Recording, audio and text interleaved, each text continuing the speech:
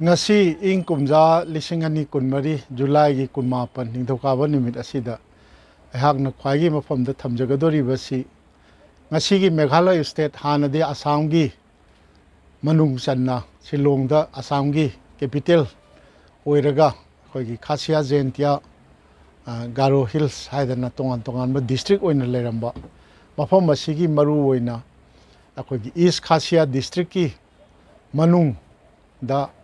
Bangladesh ki na border ki paring maya nakna leiriba Meitei sing yamna onthokpa phibam amada refugee gum leiriba Meitei sing gi maramdani masibu tabigadoriba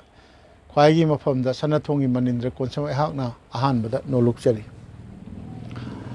aikoigi ngasi gi East Khashiya Hills district Meghalaya gi district sigi Meghalaya gi border Bangladesh ka gi ani gi border manung Meghalaya gi di manung East Khashiya Hills district ki manung da leiriba Meitei sing asi yamna phibam chadana lei haibasi aihakna khangjarakibasi late 90s gi adwai matamdagi adum tajarakibani masi amuktang chatningbagi wakhal adum poktanu tar leijarakibasi na 2005 ki August thagi manungda ai matam khara August ki tang tara adwai dagina tang khara numit mangani tarani tang tara kun adwai bawwa ai Shillongda leijabagi khudong sawa amakak ai phangjagi matam sida yamna onthokna ai chalucho haibagi laibakna tamambagum 2005 ki August ki tang tara mari si Sunday numit ni Sunday numit sida isda Shillongda koigi Meghalaya Manipuri Welfare Association haidana ahal laman singna 1985 ta lingkhalamba association namkhak lei madugi ahanba presidency ke dajaras hariba ahal ibungo si ai Shillongda ai kayara unajakhre koigi Manipuri Rajbari gi da leibani aduga matamdu da North East ki Statistics Department ta aikoigi assistant director oina posting taraktana leiramba Manipur romdagi Imphal lomdagi Tes Kishore kawon nupa amana mioi karib yumnakti khangjadre ado mahangna ahanba secretary oraga lingkhalamba Meghalaya Manipuri Welfare Association haiba ama leiramba si akoi matam khara mara khara 90s gi paringda yamna thabak asibagum haidi thabak karimta tawdana leirambadagi aihakna Shillongda chahi khudingi amu anirak tawrsu chacharakpa matam akoigi 90s late 90s 98 99 dagi sum lakjaba matam sidadi yam kanna Shillongda leiba Manipuri singi chapkhat thorangi damukta yam kanna maikai khudingmakta hotnaba adumba association ama oibirame masigi ayana khangjarakpa 2005 ki matamduda hujiki association na sigi president si ngasidi lai oibigare tamo Huidrom Surendra si khwaina khangbiriba akoigi saisakpi ibema Pusparani Huidrom Pusparani gi makhuraton ni Shillongi police bazar da tamo akoigi Surendra si ma jet travels ki oina mana achauba ma office hangdana leirambani yamna michak mithong yam phaba miok michan yamna phaba adumba yambani ngasidi lai oibigare adum hairiba association gi meeting ju tawni haiba ama ai tajaba aduga hairiba numit asida madu Shillongi da leiriba state library da hairiba 2005 ki August ki tang 13 si Sunday nomajing numisuni asi numisda yam chauba Shillongi Meitei singna chhillaga moi mayamna chhillaga isai nongai gi Manipur dagi kalakar singer sing apaw naharol ahalol artist mayam laktana achauba isai nongai gi thorom su tawi sigi numisda association gi meeting amasu tawni haidana leibasida isda aina matam kuina dagi khanjarakiba ama aina chithi amakha application haita darkas haita amakha ai khangna chanaba meeting du da yawdaba inaw amakhakta ai sinagi amta piu chithi sida ijarimna Shillongi East Khashiya Hills district ki manung aikoigi Bangladesh ki na border paring da leiriba yam phibam chadana leiriba Meitei singi manakta amtang chachadana thijinjaruge mokhoigi phibam amtang yengjaruge maduda chatpagi ꯑꯩꯈꯣꯏꯒꯤ ꯈꯣꯔꯁꯥ ꯄꯣꯔꯁꯥ ꯑꯆꯪꯕ ꯁꯦꯟꯐꯝꯁꯤꯡꯁꯤ ꯑꯩꯈꯣꯏ ꯑꯦꯁꯣꯁꯤꯌꯦꯁꯟꯅ ꯈꯔ sponsor ꯇꯧꯕꯤꯌꯣꯅ ꯑꯩ ꯁꯅꯥꯊꯣꯡꯒꯤ letter ꯍꯦꯗꯇꯒ ꯇꯧꯔꯒ ꯏꯔꯒ ꯗꯔꯒꯥ ꯁꯝꯈꯛ ꯊꯥꯖꯗꯅ ꯄꯤꯖꯈꯤꯕꯅꯤ ꯏꯅꯥꯎꯁꯤꯒꯤ ꯈꯨꯠꯊꯥꯡꯗ ꯑꯗꯨꯃꯥꯏꯅ ꯊꯥꯖꯈ꯭ꯔꯒ ꯑꯩ ꯁ꯭ꯇꯦꯠ ꯁꯦꯟꯇ꯭ꯔꯦꯜ ꯂꯥꯏꯕ꯭ꯔꯦꯔꯤ ꯍꯣꯜꯗ ꯇꯧꯕ ꯏꯁꯩꯗꯨ ꯌꯦꯡ ꯂꯩꯉꯩꯗ ꯏꯅꯥꯎꯁꯤ ꯂꯥꯛꯇꯅ ꯑꯩꯕꯨ ꯊꯤꯔꯛꯑꯦ ꯇꯥꯃꯣ ꯌꯥꯝ ꯋꯥꯏ ꯑꯦꯁꯣꯁꯤꯌꯦꯁꯟꯅ ꯍꯔꯥꯎꯅ ꯌꯥꯔꯦ ꯀꯗꯥꯏꯗ ꯄ꯭ꯂꯦꯟꯗ ꯆꯠꯄꯤꯒꯦꯔꯥ ꯀꯗꯥꯏꯗ ꯇꯦꯛꯁꯤ ꯋꯥꯏꯔ ꯆꯠꯄꯤꯒꯦꯔꯥ ꯕꯁꯇ ꯆꯠꯄꯤꯒꯦꯔꯥ ꯇ꯭ꯔꯛꯇ ꯆꯠꯅꯤꯡꯕ ꯃꯑꯣꯡ ꯆꯠꯄꯤꯅꯤꯡꯕ ꯃꯑꯣꯡꯗ ꯆꯠꯄꯤꯔꯣ ꯑꯗꯨ ꯃꯣꯏꯅ ꯑꯆꯪꯕ ꯁꯦꯟꯐꯝ ꯂꯣꯏꯅꯃꯛ ꯄꯨꯊꯣꯛꯀꯅꯤꯅ ꯂꯣꯏꯅ ꯌꯥꯅꯗꯅ ꯀꯩꯅꯣ ꯇꯧꯔꯦ ꯇꯥꯃꯣꯅ ꯍꯥꯟꯅ ꯆꯠꯄꯤꯔꯨꯔꯒ ꯃꯣꯏꯒꯤ ꯄꯥꯎꯗꯝꯗꯨ ꯐꯖꯅ ꯏꯕꯤꯔꯣ ꯑꯗꯨ ꯃꯇꯨꯡꯗ ꯃꯣꯏꯅꯁꯨ ꯑꯃꯨꯛ ꯆꯠꯅꯕ ꯊꯧꯔꯥꯡ ꯇꯧꯒꯦꯅ ꯍꯥꯏꯍꯧꯔꯦꯅ ꯇꯧꯗꯦ ꯑꯩ ꯍꯔꯥꯎꯗꯅ ꯑꯗꯨꯗꯤ ꯍꯌꯦꯡꯗꯤ ꯅꯣꯡꯃꯥꯏꯖꯤꯡ ꯅꯨꯃꯤꯠꯅꯤ 15 ꯑꯥꯒꯁ ꯅꯤꯡꯊꯧꯀꯥꯕ ꯅꯨꯃꯤꯠꯁꯤꯗꯤ ꯕꯟꯅꯤ ꯁꯤꯂꯣꯡꯒꯤ ꯕꯟꯗꯤ ꯌꯥꯝ ꯁꯥꯊꯤ ꯑꯗꯨꯅꯗꯤ ꯃꯦꯘꯥꯂꯌꯒꯤ ꯕꯟꯗꯤ ꯌꯥꯝ ꯁꯥꯊꯤꯕꯅꯤꯅ ꯉꯁꯤ ꯆꯠꯍꯧꯔꯗꯤ ꯐꯅꯤꯗ ꯃꯁꯤ ꯆꯠꯃꯤꯟꯅꯔꯨꯁꯤ ꯌꯥꯒꯗꯕ ꯀꯅꯥ ꯂꯩ ꯀꯥꯏꯅꯒ ꯁꯨꯝ ꯋꯥꯔꯤ ꯁꯥ ꯂꯩꯉꯩꯗ ꯏꯅꯥꯎ ꯖꯨꯒꯤꯟꯗ꯭ꯔꯣ ꯂꯥꯛꯑꯦ ꯏꯅꯥꯎ ꯖꯨꯒꯤꯟꯗ꯭ꯔꯣ ꯍꯥꯏꯁꯤ ꯑꯀꯣꯏꯖꯝ ꯖꯨꯒꯤꯟꯗ꯭ꯔꯣ ꯊꯧꯕꯥꯜꯗꯒꯤꯅꯤ ꯊꯧꯕꯥꯜ ꯃꯆꯥꯅꯤ ꯏꯅꯥꯎꯒ ꯑꯩꯍꯥꯛꯀ ꯈꯪꯅꯖꯔꯛꯄꯁꯤ ꯑꯩꯍꯥꯛꯅ ꯁꯅꯥꯊꯣꯡꯒꯤꯗꯃꯛꯇ ꯁꯤꯂꯣꯡꯗ ꯆꯠꯆꯕ ꯍꯧꯖꯔꯛꯈꯤꯕ 1997 98ꯇꯒꯤ ꯑꯗꯨꯝ ꯏꯅꯥꯎꯁꯤ ꯑꯗꯨꯝ ꯊꯥꯅꯔꯛꯀꯗ꯭ꯔꯤꯕꯅꯤ ꯍꯦꯛ ꯏꯅꯥꯎꯒꯨꯝ ꯃꯍꯥꯛꯅꯁꯨ ꯑꯩꯕꯨ ꯃꯌꯥꯝꯕꯒꯨꯝ ꯇꯧꯗꯅ ꯂꯣꯏꯅꯖꯔꯛꯈ꯭ꯔꯕ ꯏꯅꯥꯎꯅꯤ ꯃꯥꯁꯨ ꯀꯣꯛ ꯂꯥꯛꯑꯦ ꯑꯩꯅ ꯋꯥꯔꯤꯁꯨ ꯇꯝꯃꯦ ꯁꯨꯃꯥꯏꯅ ꯇꯧꯗꯅ ꯑꯦꯁꯣꯁꯤꯌꯦꯁꯟꯅ ꯃꯦꯘꯥꯂय ꯃꯅꯤꯄꯨꯔꯤ ꯋꯦꯜꯐꯤꯌꯔ ꯑꯦꯁꯣꯁꯤꯌꯦꯁꯟꯅ ꯑꯆꯪꯕ ꯈꯣꯔꯁ ꯂꯣꯏꯅꯃꯛ ꯁ꯭ꯄꯣꯟꯁꯔ ꯇꯧꯕꯤꯒꯅꯤ ꯍꯥꯏꯌꯦ ꯑꯗꯣ ꯃꯩꯇꯩ ꯂꯩꯕ ꯃꯐꯝꯁꯤꯗ ꯆꯠꯅꯅꯕꯁꯦ ꯑꯗꯣ ꯑꯩꯗꯤ ꯉꯁꯤ ꯆꯠꯀꯦꯅ ꯈꯜꯂꯤ ꯀꯔꯝꯍꯥꯏꯅ ꯇꯧꯅ ꯆꯠꯄꯁꯤ ꯀꯔꯝꯍꯥꯏꯅ ꯇꯧ ꯈꯨꯗꯣꯡ ꯆꯥꯅꯤ ꯑꯗꯨꯗ ꯏꯅꯥꯎꯁꯤꯒꯤꯅ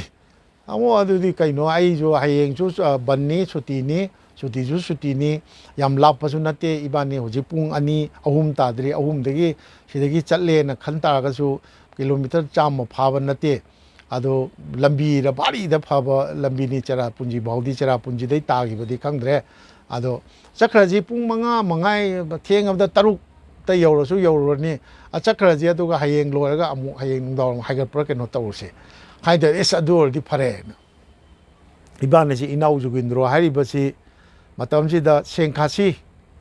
ꯍꯥꯌꯔ ꯁꯦꯀꯦꯟꯗꯔꯤ ꯁ꯭ꯀꯨꯜ ꯁꯤꯂꯣꯡꯒꯤ ꯋꯥꯟ ꯑꯣꯐ ꯗꯤ ꯃꯣꯁ ꯑꯩꯈꯣꯏ ꯄ꯭ꯔꯤꯁꯤꯖꯤꯌꯁ ꯀꯩꯅꯣ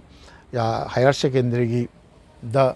ꯃꯦꯊꯃꯦꯇꯤꯛꯁꯀꯤ ꯑꯣꯖꯥ ꯑꯣꯏꯗꯅ ꯂꯩꯕꯅꯤ ꯁꯤꯂꯣꯡꯗ ꯆꯠꯄꯤꯕ ꯃꯤꯁꯤꯡꯅ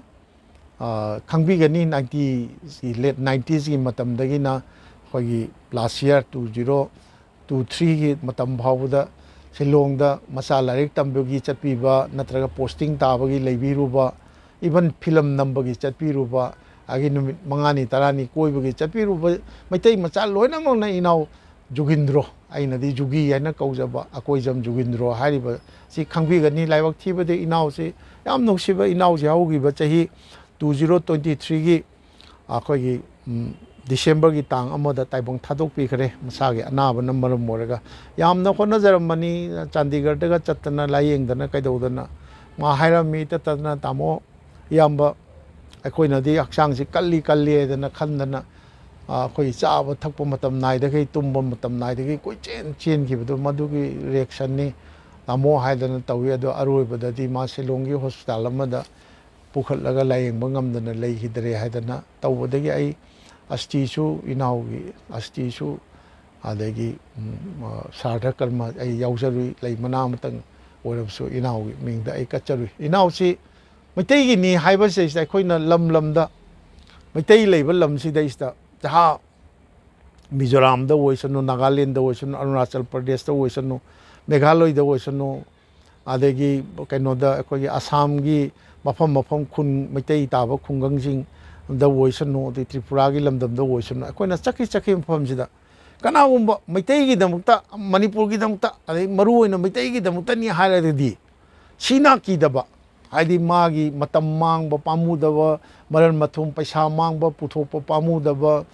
ꯄꯥꯡꯒꯜ ꯄꯨꯊꯣꯛꯄ ꯄꯥꯝꯃꯨꯗꯕ ꯃꯩꯇꯩꯒꯤꯅꯤ ꯍꯥꯏꯔꯒꯗꯤ ꯃꯥꯒꯤ ꯀꯔꯤꯝꯇ ꯑꯣꯏꯖ ꯑꯣꯏꯊꯛ ꯀꯔꯤꯃꯇ ꯅꯌꯥ ꯄꯩꯁꯥ ꯃꯇꯦꯛ ꯑꯃꯒꯤ ꯑꯣꯏꯖ ꯑꯣꯏꯊꯛ ꯐꯪꯒꯅꯤ ꯍꯥꯏꯕ ꯅꯠꯇꯕꯤꯗ ꯑꯗꯨꯒꯤ ꯋꯥꯈꯜ ꯁꯨꯔꯟ ꯅꯠꯇꯕꯗ ꯃꯩꯇꯩꯒꯤꯅꯤꯕꯨ ꯍꯥꯏꯔꯗꯤ ꯍꯦꯛꯇ ꯆꯣꯡꯊꯣꯛꯄꯗ ꯀꯤꯗꯕ ꯁꯤꯅꯤ ꯅꯥꯅꯤ ꯈꯪꯗꯕ ꯃꯤꯁꯦ ꯑꯃꯃꯝ ꯑꯅꯤꯁꯦ ꯃꯐꯝ ꯈꯨꯗꯤꯡꯃꯛꯇ ꯑꯗꯨꯝ ꯊꯦꯡꯅꯖꯩ ꯃꯣꯏꯒꯨꯝꯕ ꯃꯌꯥꯝꯗꯨ ꯂꯩꯕꯅꯁꯨ ꯉꯁꯤ ꯑꯩꯈꯣꯏꯅ ꯃꯩꯇꯩꯁꯤꯡꯒꯤ ꯑꯄꯨꯟꯕ ꯑꯗꯨ ꯃꯩꯇꯩ ꯅꯨꯡꯁꯤ ꯆꯥꯟꯅꯕ ꯃꯥꯂꯦꯝꯗ ꯃꯩꯇꯩꯒꯤ ꯁꯛꯇꯤ ꯄꯥꯡꯒꯜ ꯁꯛꯇꯤ ꯑꯄꯨꯟꯕ ꯄꯥꯡꯒꯜ ꯁꯥꯒꯠꯄꯒ ꯍꯥꯏꯕꯁꯦ ꯃꯁꯤ ꯂꯥꯎꯕ ꯉꯝꯕꯅꯤ ꯍꯥꯏꯕꯁꯤ ꯑꯩꯗꯤ ꯆꯦꯠꯅ ꯊꯥꯖꯖꯩ ꯑꯗ ꯃꯈꯣꯏꯒꯨꯝꯕꯁꯤꯡ ꯀꯌꯥ ꯑꯗꯨꯒꯨꯝꯕ ꯀꯌꯥ ꯑꯗꯨꯒꯤ ꯃꯅꯨꯡꯗ 이나우 ꯖꯨꯒꯤꯟꯗ꯭ꯔꯣꯁꯨ ꯑꯃꯅꯤ 이나우 ꯖꯨꯒꯤꯟꯗ꯭ꯔꯣ 이바니 ꯆꯠꯂꯁꯤ ꯑꯗꯨꯗꯤ ꯇꯥꯃꯣ ꯑꯩꯒꯤ ꯕꯥꯏꯛꯇ ꯃꯥꯒꯤ ꯕꯥꯏꯛ ꯑꯃ ꯂꯩ ꯑꯗꯣ ꯃꯥ ꯀꯣꯟꯅ ꯃꯥꯒꯤ ꯀꯣꯟꯅꯒꯤ ꯄꯨꯟꯁꯤꯗ ꯃꯥꯒꯤ ꯀꯥꯔꯁꯨ ꯂꯩ ꯑꯗꯨ ꯀꯥꯔ ꯊꯧꯕꯗꯤ ꯃꯥ ꯍꯩꯈꯤꯗꯦ ꯑꯗꯣ ꯃꯆꯥꯅꯨꯄꯥꯅ ꯊꯧꯔꯦ ꯅꯠꯇ꯭ꯔꯒ ꯃꯔꯨꯞ ꯃꯄꯥꯡꯅ ꯊꯧꯔꯦ ꯃꯥꯒꯤ ꯀꯥꯔꯗ ꯕꯥꯏꯛꯇ ꯃꯥꯅ ꯆꯠꯄꯁꯤ ꯑꯩꯅ ꯀꯔꯤꯒꯨꯝꯕ ꯑꯃ ꯀꯗꯥꯏꯗ ꯑꯩ ꯍꯣꯖꯥꯏꯗ ꯂꯥꯛꯀꯅꯤ ꯁꯨꯝꯕꯒꯤ ꯃꯥ ꯍꯣꯖꯥꯏ ꯇꯥꯟꯅ ꯕꯥꯏꯛ ꯊꯧꯔꯒ ꯂꯥꯛꯀꯗꯣꯔꯤꯕꯅꯤ ꯁꯤꯂꯣꯡꯗꯒꯤ ꯇꯧꯗꯅ ꯑꯗꯒꯤ ꯁꯤꯜꯆꯔꯗ ꯑꯩ ꯖꯤꯔꯤꯗ ꯃꯇꯝ ꯈꯔ ꯂꯩꯅꯤ ꯅꯪ ꯁꯪꯉꯗꯤ ꯖꯤꯔꯤꯗ ꯂꯥꯛꯀꯅꯤ ꯎꯅꯅꯤ ꯑꯗꯒꯤ ꯀꯁꯥꯔꯗ ꯎꯅꯅꯤ ꯑꯗꯒꯤ ꯑꯄꯔ ꯑꯁꯥꯝꯒꯤ ꯙꯦꯃꯥꯖꯤꯔꯣꯝꯗ ꯆꯠꯀꯅꯤ ꯍꯥꯏꯕꯁꯨ ꯎꯅꯅꯤ ꯑꯗꯨꯃꯥꯏꯅ ꯇꯧꯗꯅ ꯂꯣꯏꯅꯔꯛꯄ 이나우ꯅꯤ ꯑꯗꯣ ꯃꯩꯇꯩꯒꯤꯗꯃꯛꯇ ꯃꯥꯅ ꯑꯃ ꯍꯧꯗꯣꯛꯆꯔꯝꯃꯤ ꯑꯩꯈꯣꯏꯒꯤ ꯄꯨꯟꯁꯤ ꯑꯩꯈꯣꯏ ꯉꯝꯗꯕ ꯂꯩꯔꯣꯏ ꯍꯥꯏꯅ ꯃꯥꯅ ꯃꯥꯒꯤ ꯃꯤꯁꯟ ꯑꯃꯈꯛ ꯕꯪꯒ꯭ꯂꯥꯗꯦꯁꯇ ꯆꯠꯇꯅ ꯃꯩꯇꯩ ꯃꯔꯛꯇ ꯑꯗꯒꯤ ꯕꯔꯃꯥꯒꯤ ꯃ꯭ꯌꯥꯟꯃꯥꯔꯗ ꯆꯠꯇꯅ ꯑꯗꯩ ꯃꯅꯤꯄꯨꯔꯒꯤ ꯃꯐꯝ ꯃꯌꯥꯝꯗ ꯆꯠꯇꯅ ꯑꯗꯒꯤ ꯀꯩꯅꯣ ꯑꯩꯈꯣꯏꯒꯤ ꯑꯁꯥꯝꯒꯤ ꯈꯨꯡꯒꯪꯗ ꯆꯠꯇꯅ ꯇꯧꯗꯅ ꯃꯥꯒꯤ ꯑꯆꯧꯕ ꯃꯤꯁꯟ ꯑꯃ ꯇꯧꯖꯔꯝꯃꯤ ꯌꯥꯝꯅ ꯀꯔꯤ ꯏꯆꯪꯁꯨ ꯊꯧꯕ ꯍꯥꯏꯖꯅꯤ ꯃꯩꯇꯩꯒꯤꯗꯃꯛꯇꯅꯤ ꯍꯥꯏꯔꯗꯤ ꯀꯔꯤꯒꯨꯝꯕ ꯃꯆꯦꯠ ꯑꯃꯇ ꯑꯣꯏꯔꯁꯨ ꯀꯥꯟꯅꯕ ꯐꯪꯒꯅꯤ ꯃꯁꯤꯅ ꯃꯩꯇꯩꯒꯤꯗꯃꯛꯇ ꯄꯨꯔꯛꯀꯅꯤ ꯀꯥꯟꯅꯕ ꯄꯨꯔꯛꯀꯅꯤꯒ ꯍꯥꯏꯔꯗꯤ ꯁꯤꯅꯥꯀꯤꯗꯕ 이나우ꯅꯤ ꯃꯥ ꯂꯩꯈꯤꯗ꯭ꯔꯦ ꯑꯗꯣ 마시 mayam amanadi section naharul mayam amanadi 마시 jugindro haibagi maming eke jugindro akoijam jugindro haibagi muhuta kokngam haidana mingthon ga pidana 마시 kokngam haiga su khangnabi biramba 이나우니 마가 이가시 찰레 마주 khangba nate aisu khangba nate akoina khangi baibu Ishamati kauba khunama akoi kaithen macha ma yogani akoi kainodagi ꯆꯦꯔꯥꯄꯨꯟꯖꯤ ꯕꯥꯎꯕꯁꯤ ꯀꯩꯅꯣ ꯈꯪꯉꯦ kilometre 59ꯅꯤ ꯍꯥꯏꯕ ꯑꯃ ꯈꯪꯉꯦ ꯁꯤꯂꯣꯡꯗꯒꯤ ꯑꯗꯒꯤ 이샤마ꯇꯤꯗꯒꯤꯗꯤ ꯂꯝꯕꯤꯗ ꯍꯥꯏꯗꯈꯤꯗꯧꯅꯤ ꯍꯥꯏꯕꯗꯨꯃ ꯈꯪꯉꯦ kilometre ꯀꯌꯥ ꯂꯥꯞꯄꯅꯣ ꯍꯥꯏꯕ ꯈꯪꯗꯦ ꯑꯗꯣ 이바ꯅꯤꯁꯤ ꯆꯠꯂꯦ ꯑꯗꯨꯕꯨ ꯉꯟꯇꯥ ꯄꯨꯡ 3ꯗꯒꯤ ꯊꯣꯛꯂꯛꯄꯅꯤ ꯊꯥꯎ ꯅꯨꯡ ꯄꯦꯛ ꯊꯟꯅ ꯍꯥꯜꯂꯦꯔꯒ ꯊꯣꯛꯂꯛꯄꯗꯨꯅ ꯆꯦꯔꯥꯄꯨꯟꯖꯤ ꯌꯧꯒꯗꯕ ꯀꯤꯂꯣꯃꯤꯇꯔ 14 ꯃꯐ꯭ꯂꯥꯡ ꯍꯥꯏꯕ꯭ꯔꯥ ꯀꯩꯅꯣ ꯑꯃ ꯂꯩꯔꯝꯃꯤ ꯂꯝ ꯑꯃ ꯀꯤꯂꯣꯃꯤꯇꯔ ꯌꯥꯝꯗ꯭ꯔꯕ ꯃꯥꯜꯂꯦ ꯑꯗꯨꯋꯥꯏ ꯌꯧꯔꯛꯄꯗꯩꯗꯤ ꯃꯐꯝ ꯃꯔꯥꯡ ꯈꯪꯍꯧꯗꯅ ꯍꯦꯛꯇ ꯂꯩꯆꯤꯟꯁꯤꯅ ꯊꯥꯅ ꯀꯨꯞꯁꯤꯜꯂꯒ ꯅꯣꯡꯁꯨ ꯍꯦꯛꯇ ꯄꯗ꯭ꯔ ꯊꯩꯐꯝ ꯑꯩꯈꯣꯏꯒꯤ ꯉꯥꯏꯍꯥꯛ ꯄꯟꯐꯝ ꯌꯨꯝꯒꯁꯨ ꯑꯃꯠꯇ ꯂꯩꯇꯕꯤ ꯖꯒꯥ ꯑꯃ ꯊꯣꯛꯇꯅ ꯏꯕꯥꯅꯤꯒꯤ ꯐꯤꯔꯣꯜꯁꯨ ꯄꯨꯡꯆꯣꯠ ꯆꯣꯠꯂꯦ ꯒꯥꯔꯤꯁꯨ ꯊꯧꯕ ꯌꯥꯗꯕ ꯒꯥꯔꯤꯁꯤ ꯍꯦꯛꯇ ꯃꯥꯔꯒ ꯊꯧꯕꯒꯤ ꯇꯥꯏꯞꯇꯅꯤ ꯑꯩꯈꯣꯏꯒꯤ ꯊꯧꯏ ꯒꯥꯔꯤꯗꯨ ꯂꯦꯞꯇꯦ ꯏꯟꯕꯃꯛꯇꯤ ꯅꯠꯇꯦ ꯄꯨꯡꯀꯨꯞ ꯀꯨꯞꯈꯤꯗꯅ ꯑꯩꯅꯗꯤ ꯍꯥꯏ ꯑꯁꯨꯒꯤ ꯈꯔ ꯉꯥꯏꯍꯥꯛ ꯂꯦꯞꯈꯤꯁꯤꯔꯅꯦ ꯏꯌꯥꯝꯕ ꯑꯩ ꯈꯤꯖꯤꯛ ꯎꯔꯤ ꯈꯤꯖꯤꯛ ꯇꯞꯅ ꯊꯧꯖꯤꯟꯁꯦꯅ ꯇꯞꯅ ꯊꯧꯕ ꯍꯥꯏꯁꯦ ꯃꯗꯨ ꯀꯤꯂꯣꯃꯤꯇꯔ ꯄꯨꯡꯗ ꯀꯤꯂꯣꯃꯤꯇꯔ 5-6ꯀꯤ ꯆꯥꯡꯗꯒ ꯈꯣꯡꯅ ꯆꯠꯄꯗꯒꯤ ꯍꯦꯟꯅ ꯇꯞꯅ ꯒꯥꯔꯤꯗꯨ ꯊꯧꯔꯦ ꯍꯥꯏꯇꯥꯔꯦ ꯇꯣꯡꯁꯨ ꯇꯣꯡꯉꯤꯃꯤ ꯑꯩꯅ ꯃꯅꯤꯡꯗ ꯇꯣꯡꯉꯤꯃꯤ ꯑꯗꯨꯃꯥꯏꯅ ꯇꯧꯗꯅ ꯄꯨꯡꯆꯣꯠ ꯆꯣꯠꯂꯒ ꯇꯧꯗꯅ ꯑꯗꯨꯃꯥꯏꯅ ꯑꯣꯟꯊꯣꯛꯄ ꯐꯤꯕꯝ ꯑꯃꯗ ꯇꯧꯗꯅ ꯂꯝꯕꯤꯗꯒꯕꯨꯗꯤ ꯂꯝꯕꯤ ꯌꯨꯝ ꯑꯃꯗꯒ ꯆꯪꯗꯅꯒ ꯆꯥ ꯑꯉꯥꯡꯕꯒꯕꯨꯗꯤ ꯊꯛꯂꯛꯑꯦ ꯍꯥꯏꯕꯨ ꯆꯦꯔꯥꯄꯨꯟꯖꯤ ꯌꯧꯕꯗ ꯄꯨꯡ 10 ꯇꯥꯔꯦ ꯅꯨꯡꯗꯥꯡꯒꯤ 마는 ꯉꯁꯥꯏ ꯄꯨꯡ 5-6 ꯐꯥꯎꯗꯗꯤ 이샤마티도 여우니에나 ꯈꯜꯂꯒ ꯂꯥꯛꯄꯗꯨꯅ ꯑꯩꯈꯣꯏ ꯆꯦꯔꯥꯄꯨꯟꯖꯤ ꯌꯧꯕꯗ ꯅꯨꯡꯗꯥꯡꯒꯤ ꯄꯨꯡ 10 ꯇꯥꯔꯦ ꯃꯥꯏꯀꯩ ꯈꯨꯗꯤꯡ ꯄꯨꯡ ꯃꯝꯃꯤ ꯅꯣꯡꯁꯨ ꯄꯗ꯭ꯔ ꯂꯩꯆꯤꯟ ꯉꯥꯛꯇ ꯑꯩꯈꯣꯏ ꯊꯨꯡꯉꯨꯔꯤ ꯖꯒꯥꯗꯨꯗ ꯑꯩꯈꯣꯏꯒꯤ ꯔꯦꯁꯇꯨꯔꯦꯟꯒꯤ ꯀꯔꯤꯅꯣ ꯃꯃꯤꯡ ꯑꯃ ꯊꯥꯔꯒ ꯑꯆꯧꯕ ꯁꯥꯏꯟꯕꯣꯔꯗ ꯑꯃ ꯊꯝꯃꯤ ꯔꯦꯁꯇꯨꯔꯦꯟ ꯑꯃꯒꯤ ꯑꯗꯨ ꯊꯣꯡ ꯃꯅꯨꯡꯗ ꯃꯩ ꯊꯥꯟꯕ ꯎꯏꯗꯨꯅ ꯊꯣꯡꯒꯤ ꯑꯍꯣꯕꯗ ꯌꯦꯡꯈꯤꯕꯗ ꯅꯨꯄꯥ ꯑꯃꯒ ꯅꯨꯄꯤ ꯑꯃꯒ ꯄꯩꯁꯥ ꯊꯤꯗꯅ ꯂꯩꯔꯝꯕ ꯊꯦꯡꯅꯩ ꯁꯤ ꯂꯩꯔꯝꯕꯁꯤꯗ ꯊꯣꯡ ꯀꯣꯛ ꯇꯧꯔꯒ ꯑꯩꯅ ꯈꯥꯁꯤ ꯅꯨꯄꯤꯗꯣ ꯑꯍꯟꯅꯤꯅ ꯑꯩꯅ ꯀꯣꯡ ꯊꯣꯡ ꯇꯧꯔꯒ ꯀꯅꯥꯅꯣ ꯀꯥꯏꯅ ꯍꯥꯏꯔꯛꯏ ꯄ꯭ꯂꯤꯖ ꯑꯣꯄꯟ ꯀꯥꯏꯅ ꯇꯧꯔꯒ ꯊꯣꯡ ꯍꯥꯡꯗꯣꯔꯦ ꯀꯩꯅꯣ ꯑꯩꯈꯣꯏ ꯁꯨꯃꯥꯏꯅ ꯂꯥꯛꯄꯅꯤ ꯅꯣꯏꯒꯤ ꯔꯦꯁꯇꯨꯔꯦꯟꯁꯤꯕꯨ ꯂꯦꯛꯐꯝ ꯆꯥꯐꯝꯒ ꯂꯩꯕ꯭ꯔꯥ ꯍꯥꯏꯅ ꯑꯩꯈꯣꯏꯗꯤ ꯂꯦꯛꯐꯝ ꯆꯥꯐꯝꯁꯨ ꯂꯩꯇꯦ ꯑꯗꯨꯒ ꯍꯌꯦꯡ 15 ꯑꯥꯒꯁꯀꯤ ꯕꯟꯁꯨ ꯂꯩꯕꯅꯤꯅ ꯀꯨꯛꯀꯥꯁꯨ ꯃꯌꯨꯝꯗ ꯂꯣꯏ ꯆꯠꯈ꯭ꯔꯦ ꯑꯃ ꯑꯅꯤꯗꯤ ꯑꯗꯨꯝ ꯂꯦꯛꯄꯅꯤ ꯁꯤꯗꯩꯁꯤꯗ ꯑꯗꯨ ꯂꯩꯇꯦ ꯑꯗꯨ ꯆꯥꯗ ꯌꯥꯗꯦ ꯍꯥꯏꯔꯒꯅ ꯅꯨꯗꯜ ꯈꯔ ꯍꯧꯔꯒ ꯀꯩꯅꯣ ꯇꯧꯗꯧ ꯉꯥꯏ ꯑꯗꯨ ꯂꯦꯛꯐꯝ ꯆꯥꯐꯝꯒꯤꯗꯤ ꯃꯊꯛ ꯈꯤꯇꯪ ꯀꯥꯈꯠꯂꯒ ꯑꯩꯈꯣꯏꯒꯤ ꯁꯔꯀꯤꯠ ꯍꯥꯎꯁ ꯂꯩꯕꯅꯤ ꯁꯔꯀꯤꯠ ꯍꯥꯎꯁꯇ ꯆꯠꯄꯅ ꯑꯩ ꯈꯨꯗꯣꯡ ꯆꯥꯒꯗꯧꯕ ꯃꯥꯜꯂꯤ ꯍꯥꯏꯅ ꯇꯧꯗꯅ ꯑꯩꯅ ꯀꯗꯥꯏꯗꯩꯅꯣ ꯍꯧꯖꯤꯛ ꯅꯨꯄꯤꯗꯨ ꯀꯣꯡ ꯅꯣꯏ ꯁꯤꯗ ꯁꯤꯡ ꯃꯅꯤꯄꯨꯔꯤ ꯁꯤꯡꯒ ꯂꯩ ꯂꯥꯛꯄ꯭ꯔꯥ ꯇꯧ ꯃꯥ ꯉꯥꯛ ꯈꯜꯂꯒ ꯃꯅꯤꯄꯨꯔꯤ ꯁꯤꯡ ꯑꯃꯈꯛꯇꯤ ꯐꯥꯌꯔ ꯕ꯭ꯔꯤꯒꯦꯗꯇ ꯂꯩꯕ꯭ꯔꯥ ꯀꯩꯅꯣꯝ ꯇꯧꯕꯅꯤ ꯍꯥꯏꯗꯅ ꯃꯥ ꯍꯥꯏꯐꯦꯠ ꯍꯥꯏꯔꯦ ꯑꯗꯣ ꯐꯥꯌꯔ ꯕ꯭ꯔꯤꯒꯦꯗꯇꯤ ꯀꯌꯥꯝ ꯂꯥꯞꯄꯦ ꯀꯤꯂꯣꯃꯤꯇꯔ 4 ꯂꯥꯞꯄꯦ ꯅꯣꯡ ꯄꯨꯃꯝ ꯃꯝꯕꯅꯤ ꯃꯗꯨꯗ ꯃꯣꯏꯗꯗꯤ ꯊꯤꯟꯕꯤꯌꯨꯗꯤ ꯀꯔꯝꯍꯥꯏꯅ ꯍꯥꯏꯔꯨꯅꯤꯗꯣ ꯑꯗꯣ ꯃꯣꯏꯅ ꯍꯥꯏꯕ ꯑꯩꯈꯣꯏꯒꯤ ꯀꯩꯅꯣꯁꯤꯗ ꯀꯥꯈꯠꯂꯛꯑꯦ ꯁꯔꯀꯤꯠ ꯍꯥꯎꯁꯁꯤꯗ ꯀꯥꯈꯠꯂꯛꯑꯦ ꯌꯥꯝ ꯂꯥꯞꯇꯦ ꯈꯤꯇꯪ ꯆꯤꯡ ꯑꯉꯝꯕ ꯀꯥꯈꯠꯂ ꯁꯔꯀꯤꯠ ꯍꯥꯎꯁ ꯀꯝꯄꯥꯎꯟ ꯆꯥꯎꯅ ꯂꯩꯔꯝꯃꯤ ꯆꯥꯎꯕꯁꯤ ꯒꯥꯔꯤ ꯀꯤꯔꯤꯛ ꯀꯤꯔꯤꯛ ꯀꯤꯔꯤꯛ ꯀꯤꯔꯤꯛ ꯏꯟꯅꯔꯦ ꯑꯗ ꯁꯔꯀꯤꯠ ꯍꯥꯎꯁꯇ ꯆꯪꯉꯒ ꯃꯣꯏꯒꯤ ꯀꯤꯌꯥꯔ ꯇꯦꯀꯔ ꯍꯥꯏꯇꯥꯔꯦ ꯀꯤꯌꯥꯔ ꯇꯦꯀꯔꯗꯨ ꯎꯅꯔꯦ ꯌꯥꯝ ꯐꯩ ꯖꯦꯟꯇꯜꯃꯦꯟꯅꯤ ꯑꯗꯣ ꯃꯥꯅ ꯐꯝꯍꯟꯗꯅ ꯆꯥ ꯅꯨꯡꯒꯁꯨ ꯄꯤꯊꯛꯏ ꯑꯗꯨ ꯃꯣꯏꯅ ꯍꯥꯏꯔꯦ ꯑꯩꯈꯣꯏ ꯎꯄꯥꯏ ꯂꯩꯇꯦ ꯑꯩꯒꯤ ꯀ꯭ꯋꯥꯇꯔꯗ ꯂꯩꯕ ꯑꯩꯒꯤ ꯅꯨꯄꯤꯁꯨ ꯑꯇꯣꯞꯄ ꯀ꯭ꯋꯥꯇꯔ ꯑꯃꯗ ꯃꯣꯏ ꯅꯨꯄꯤꯈꯩ ꯂꯩꯍꯟꯈ꯭ꯔꯒ ꯑꯩꯈꯣꯏ ꯏꯃꯥꯟꯅꯕ ꯑꯅꯤꯒꯤ ꯀ꯭ꯋꯥꯇꯔꯁꯤꯗꯁꯨ ꯃꯤ ꯄꯤꯛ ꯊꯟꯈ꯭ꯔꯦ ꯑꯗꯣ ꯑꯩꯈꯣꯏꯒꯤ ꯁꯤꯗꯩꯗ ꯕꯦꯔꯦꯟꯗꯥꯗ ꯑꯣꯏꯔꯁꯨ ꯂꯦꯛꯑꯁꯤ ꯍꯥꯏꯔ ꯇꯥꯔꯒꯁꯨ ꯁꯤꯡꯁꯥꯏꯕ ꯍꯣꯏꯗ ꯑꯩꯈꯣꯏꯅ ꯄꯤꯅꯅꯕ ꯀꯝꯕꯜ ꯑꯃꯐꯥꯎ ꯏꯁꯄꯤꯌꯥꯔ ꯇꯧꯕ ꯉꯝꯗꯦ ꯒꯝꯁꯥ ꯑꯃꯐꯥꯎꯕ ꯑꯩꯈꯣꯏ ꯏꯁꯄꯤꯌꯥꯔ ꯇꯧꯅꯤꯡꯉꯥই ꯂꯩꯇꯦ ꯑꯗꯨꯅ ꯑꯩ ꯐꯣꯟ ꯇꯧꯖꯒꯦ ꯄꯨꯂꯤꯁ ꯁ꯭ꯇꯦꯁꯟꯗ ꯑꯣꯏꯅ ꯆꯠꯄꯤꯌꯨ ꯄꯨꯂꯤꯁ ꯁ꯭ꯇꯦꯁꯟꯗꯗꯤ ꯃꯣꯏ ꯗ꯭ꯌꯨꯇꯤꯒꯤ ꯀꯔꯤꯒꯤ ꯃꯤ ꯃꯌꯥꯝ ꯂꯩꯕ ꯀꯔꯤ ꯂꯩꯕꯅꯤꯅ ꯐꯤꯔꯣꯟ ꯁꯣꯏꯗꯅ ꯃꯔꯥꯡ ꯀꯥꯏꯔꯝꯒꯅꯤ ꯍꯥꯏꯅꯁꯨ ꯈꯜꯂꯤ ꯑꯗꯨꯒ ꯃꯤ ꯑꯇꯩꯗꯤ ꯆꯪꯉꯛꯑꯝꯒꯅꯤ ꯊꯥꯖꯗꯦ ꯑꯗꯣ ꯑꯩ ꯐꯣꯟ ꯇꯧꯖꯒꯦꯅ ꯑꯩꯈꯣই ꯏꯃꯥꯡꯗ ꯐꯣꯟ ꯇꯧꯔꯒ ꯇꯧꯕꯗꯒꯤ ꯃꯣꯏꯒꯤꯗꯗꯤ ꯀꯨꯝꯊꯔꯒ ꯉꯁꯥꯏꯒꯤ ꯍꯣꯇꯦꯜꯗꯨꯒꯤ ꯃꯅꯤꯡ ꯃꯃꯥꯡ ꯑꯣꯏꯔꯞꯅ ꯈꯤꯇꯪ ꯂꯩꯁꯤꯜꯂꯒ ꯄꯨꯂꯤꯁ ꯁ꯭ꯇꯦꯁꯟ ꯆꯥꯎꯅ ꯂꯩꯔꯝꯃꯦ ꯆꯪꯈꯤꯕꯁꯤꯗ ꯑꯁ ꯑꯉꯛꯄꯅꯤ ꯄꯨꯂꯤꯁ ꯁ꯭ꯇꯦꯁꯟꯒꯤ ꯃꯅꯨꯡꯗꯨꯗ ꯇꯤꯚꯤ ꯑꯆꯧꯕꯒ ꯂꯩꯔꯝꯃꯤ ꯑꯗꯒꯤ ꯐꯥꯟꯖꯥꯡ ꯂꯩꯔꯝꯃꯤ ꯃꯌꯥꯝ ꯂꯩꯔꯝꯃꯤ ꯌꯥ ꯂꯥꯡꯗꯅ ꯑꯩꯈꯣꯏ ꯂꯥꯛꯄꯒꯤ ꯃꯔꯝ ꯀꯔꯤꯗꯨ ꯇꯧꯔꯒ ꯁꯤꯡ ꯁꯥहेꯕ ꯁꯨꯃꯥꯏꯅ ꯇꯧꯗꯅ ꯑꯩꯈꯣꯏ ꯈꯪꯉꯦ ꯅꯣꯏꯒꯤ ꯐꯤꯔꯣꯟꯗꯣ ꯆꯣꯠꯂꯦ ꯍꯣꯡꯗꯣꯛꯑꯣ ꯀꯪꯍꯟꯁꯤ ꯑꯁꯤꯗ ꯀꯝꯕꯜ ꯂꯩꯕꯅꯤ ꯑꯁꯤ ꯀꯝꯕꯜ ꯍꯦꯛꯇ ꯂꯧꯔꯣ ꯀꯝꯕꯜ ꯑꯁꯤꯗ ꯃꯌꯥꯝ ꯂꯩꯕꯅꯤ ꯑꯗ ꯁꯥꯄꯨꯠꯇꯨ ꯅꯣꯏ ꯀꯝꯕꯜ ꯄꯤꯌꯨ ꯀꯥꯏꯅ ꯀꯟꯁꯇꯦꯕꯜꯗꯒ ꯍꯥꯏꯕꯁꯨ ꯍꯥꯏ ꯑꯗꯣ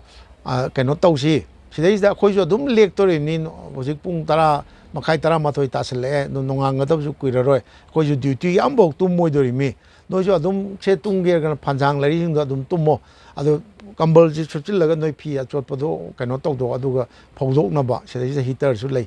ꯀꯩꯅꯣ ꯇꯧꯁꯤ ꯀꯥꯏꯅꯒ ꯇꯧꯔꯦ ꯑꯗꯩꯗ ꯑꯩꯅ ꯅꯣꯏꯒꯤ ꯁꯤꯗꯩꯁꯤꯗ ꯐꯤꯌꯥꯔ ꯕ꯭ꯔꯤꯒꯦꯗꯇ ꯃꯩꯇꯩ ꯁꯤꯡ ꯍꯥꯏꯕ ꯑꯃ ꯂꯩꯌꯦ ꯃꯩꯇꯩ ꯃꯆꯥ ꯑꯃ ꯂꯩꯌꯦ ꯐꯤꯌꯥꯔ ꯕ꯭ꯔꯤꯒꯦꯗꯁꯤ ꯀꯌꯥꯝ ꯂꯥꯞꯄꯦ ꯑꯗꯨꯐꯥꯎꯗ ꯊꯤꯟꯕꯤꯌꯨ ꯁꯤꯅꯤ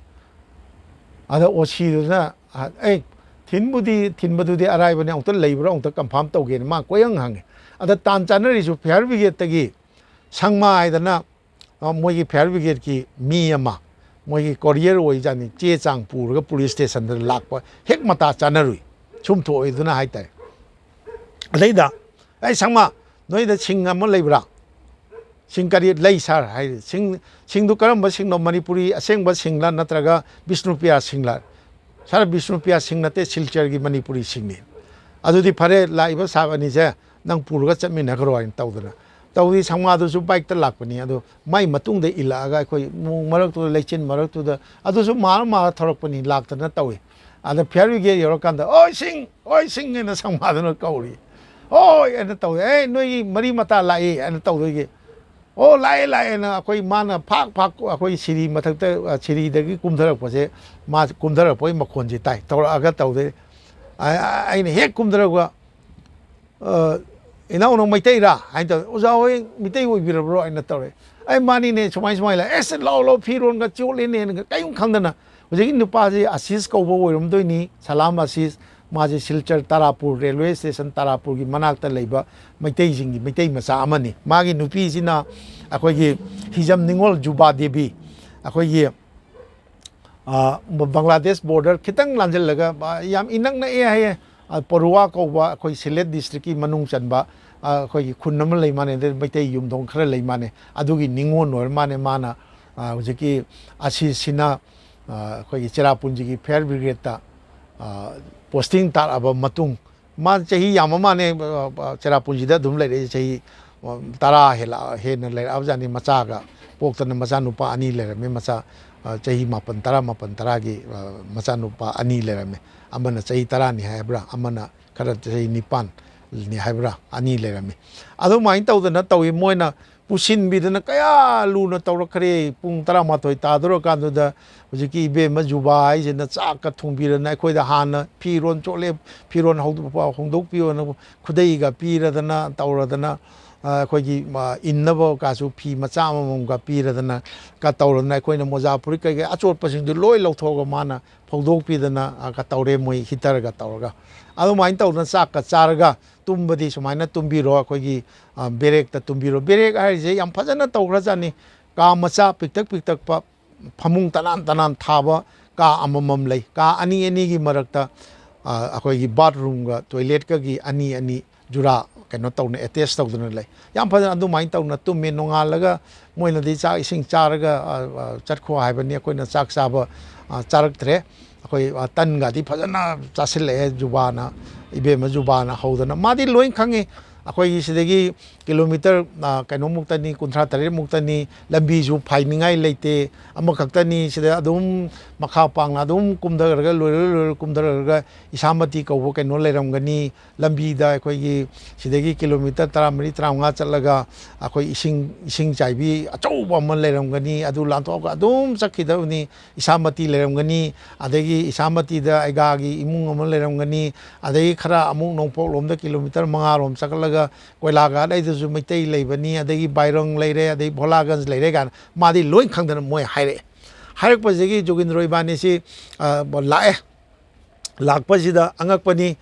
ꯆꯦꯔꯥꯄꯨꯟꯖꯤ ꯈꯤꯇꯪ ꯍꯥꯏꯊꯔꯛꯄꯗꯒꯤ ꯂꯣꯏꯔꯣꯏ ꯍꯥꯏꯊꯔꯛꯀꯗꯣꯔꯤꯕꯅꯤ ꯍꯥꯏꯊꯔꯛꯄꯁꯤꯗ ꯉꯁꯥꯏꯒꯤ ꯀꯤꯂꯣꯃꯤꯇꯔ 15 ꯆꯠꯂꯒ ꯑꯩꯈꯣꯏꯒꯤ ꯀꯦꯟꯔꯤꯝ ꯐꯣꯜꯁ ꯍꯥꯏꯔꯤꯁꯦ ꯏꯟꯗꯤꯌꯥꯒꯤ ꯃꯅꯨꯡꯗ ꯈ꯭ꯋꯥꯏꯗꯒꯤ ꯋꯥꯡꯅ ꯏꯁꯤꯡ ꯇꯥꯔꯛꯄ ꯍꯥꯏꯌꯦꯁ ꯐꯣꯜ ꯑꯣꯏꯕ ꯑꯩꯈꯣꯏꯒꯤ 1000 ꯍꯦꯟꯕ ꯃꯥꯜꯂꯦ 1010ꯒꯨꯝꯕ ꯑꯣꯏꯔ ꯃꯥꯜꯂꯦ ꯐꯤꯠ ꯇꯥꯔꯛꯄꯅꯤ ꯃꯁꯤ ꯇꯥꯔꯛꯄ ꯃꯐꯝꯗꯨꯗꯤ ꯍꯦꯛꯇ ꯆꯤꯡꯆꯦꯞꯁꯤꯗ ꯇꯥꯔꯛꯑꯦꯔꯒ ꯑꯩꯈꯣꯏꯒꯤ ꯃꯈꯥꯁꯤꯗꯩꯁꯤꯗ ꯀꯜꯚꯔ ꯑꯆꯧꯕ ꯑꯃ ꯐꯥꯠꯂꯤ ꯂꯝꯕꯤꯁꯤꯗꯩꯁꯤꯗ ꯂꯝꯕꯤꯗꯤ ꯃꯨꯁꯨꯛ ꯃꯨꯔꯗꯅ ꯀꯣꯏꯂꯥꯁ ꯅꯨꯡ ꯑꯀꯟꯕ ꯅꯨꯡꯒꯤ ꯃꯊꯛꯇ ꯊꯥꯕꯅꯤꯅ ꯇꯧꯔꯒ ꯃꯁꯤꯒꯤ ꯅꯣꯡꯖꯨ ꯊꯥ ꯑꯣꯏꯕꯅꯤꯅ ꯑꯣꯒꯁꯀꯤ ꯑꯩꯈꯣꯏꯅ ꯆꯠꯂꯤꯕꯗꯣ ꯑꯣꯒꯁꯀꯤ 15ꯅꯤ 2005ꯀꯤ ꯃꯗꯨꯗꯤ ꯅꯣꯡꯖꯨ ꯊꯥ ꯑꯣꯏꯕꯅꯤꯅ ꯃꯗꯩꯗ ꯇꯥꯔꯛꯏꯕ ꯏꯁꯤꯡꯒꯤ ꯏꯔꯥꯎꯈꯣꯜ ꯑꯗꯒꯤ ꯏꯁꯤꯡ ꯆꯥꯏꯕꯤꯗꯨꯒꯤ ꯃꯅꯤꯜꯗꯒꯤ ꯇꯧꯔꯛꯏꯕ ꯂꯩꯆꯤꯟꯗꯧꯅ ꯑꯩꯈꯣꯏꯒꯤ ꯄꯨꯡꯀꯨꯞ ꯀꯨꯞꯄꯒ ꯉꯧꯁꯣꯛ ꯉꯧꯅ ꯃꯝꯅ ꯃꯩꯈꯨ ꯑꯉꯧꯕ ꯑꯩꯈꯣꯏ ꯊꯥꯅ ꯀꯨꯞꯄꯗꯧꯅ ꯇꯧꯕ ꯀꯤꯕ ꯑꯃ ꯌꯥꯎꯖꯅꯤ ꯃꯗꯩꯗ ꯈꯥꯝꯃꯒ ꯐꯣꯇꯣ ꯅꯝꯕꯒꯤ ꯋꯥꯈꯜꯒ ꯂꯩꯄꯣꯟꯇꯦ ꯖꯨꯒꯤꯟꯗ꯭ꯔꯣ ꯏꯕꯥꯅꯤ ꯍꯦꯟꯗꯣꯔꯛꯑꯒ ꯃꯥ ꯊꯧꯗꯔꯛꯑꯦ ꯁꯨꯝ ꯊꯧꯗꯔꯛꯑꯒ ꯑꯩꯈꯣꯏ ꯀꯔꯤ ꯂꯝꯕꯤ ꯂꯥꯜꯂꯤꯕꯅꯣ ꯀꯔꯤꯅꯣ ꯑꯩꯈꯣꯏ ꯈꯪꯕꯖꯥꯠ ꯅꯠꯇꯦ ꯁꯨꯝ ꯀꯨꯝꯊꯔꯛ ꯑꯗꯩꯗꯤ ꯅꯨꯃꯤꯠꯁꯤ ꯁꯨꯝ ꯁꯥꯒꯠꯂꯛ ꯑꯗꯒꯤ ꯂꯝꯕꯤꯗ ꯀ꯭ꯋꯥ ꯍꯧꯕ ꯊꯦꯡꯅꯔꯦ ꯑꯗꯒꯤ ꯁꯨꯅꯨ ꯄꯦꯛꯐꯝꯒꯤ ꯈꯣꯅꯤ ꯍꯥꯏꯇꯥꯔꯦ ꯑꯩꯈꯣꯏꯒꯤ ꯂꯥꯏꯝ ꯃꯥꯏꯟꯁꯤ ꯃꯌꯥꯝ ꯃꯊꯪ ꯊꯦꯡꯅꯔꯦ ꯑꯗꯒꯤ ꯅꯨꯡꯒꯤ ꯀ꯭ꯋꯦꯔꯤꯁꯤ ꯖꯥꯠ ꯅꯨꯡ ꯄꯦꯛꯐꯝ ꯅꯨꯡ ꯑꯃꯨꯕ ꯑꯉꯧꯕ ꯅꯨꯡ ꯃꯈꯜ ꯖꯥꯠꯀꯤ ꯅꯨꯡ ꯄꯦꯛꯐꯝ ꯀ꯭ꯋꯦꯔꯤ ꯖꯥꯠ ꯂꯩꯔꯦ ꯑꯗꯨ ꯕꯟ ꯅꯨꯃꯤꯠꯅꯤꯅ ꯑꯩꯈꯣꯏꯒꯤ 15 ꯑꯥꯒꯁꯀꯤ ꯕꯟ ꯅꯨꯃꯤꯠꯅꯤꯅ ꯀꯅꯥꯝ ꯂꯩꯔꯝꯗ꯭ꯔꯦ ꯑꯗꯩ ꯁꯨꯃꯥꯏꯅ ꯂꯥꯛꯄꯗꯨꯅ ꯀꯤꯂꯣꯃꯤꯇꯔ ꯆꯦꯔꯥꯄꯨꯟꯖꯤꯗꯒꯤ ꯀꯤꯂꯣꯃꯤꯇꯔ 39 ꯂꯣꯏꯔꯣꯏ ꯀꯨꯝꯊꯔꯛꯄꯗꯨꯅ Ishamati ꯍꯥꯏꯕ ꯌꯧꯕꯁꯤꯗꯗꯤ ꯕꯟꯅꯤꯅ ꯗꯨꯀꯥꯟ ꯑꯃ ꯐꯥꯎꯕ ꯍꯥꯡꯗꯦ ꯀꯩꯊꯦꯜ ꯃꯆꯥ ꯑꯃ ꯂꯩꯔꯝꯃꯤ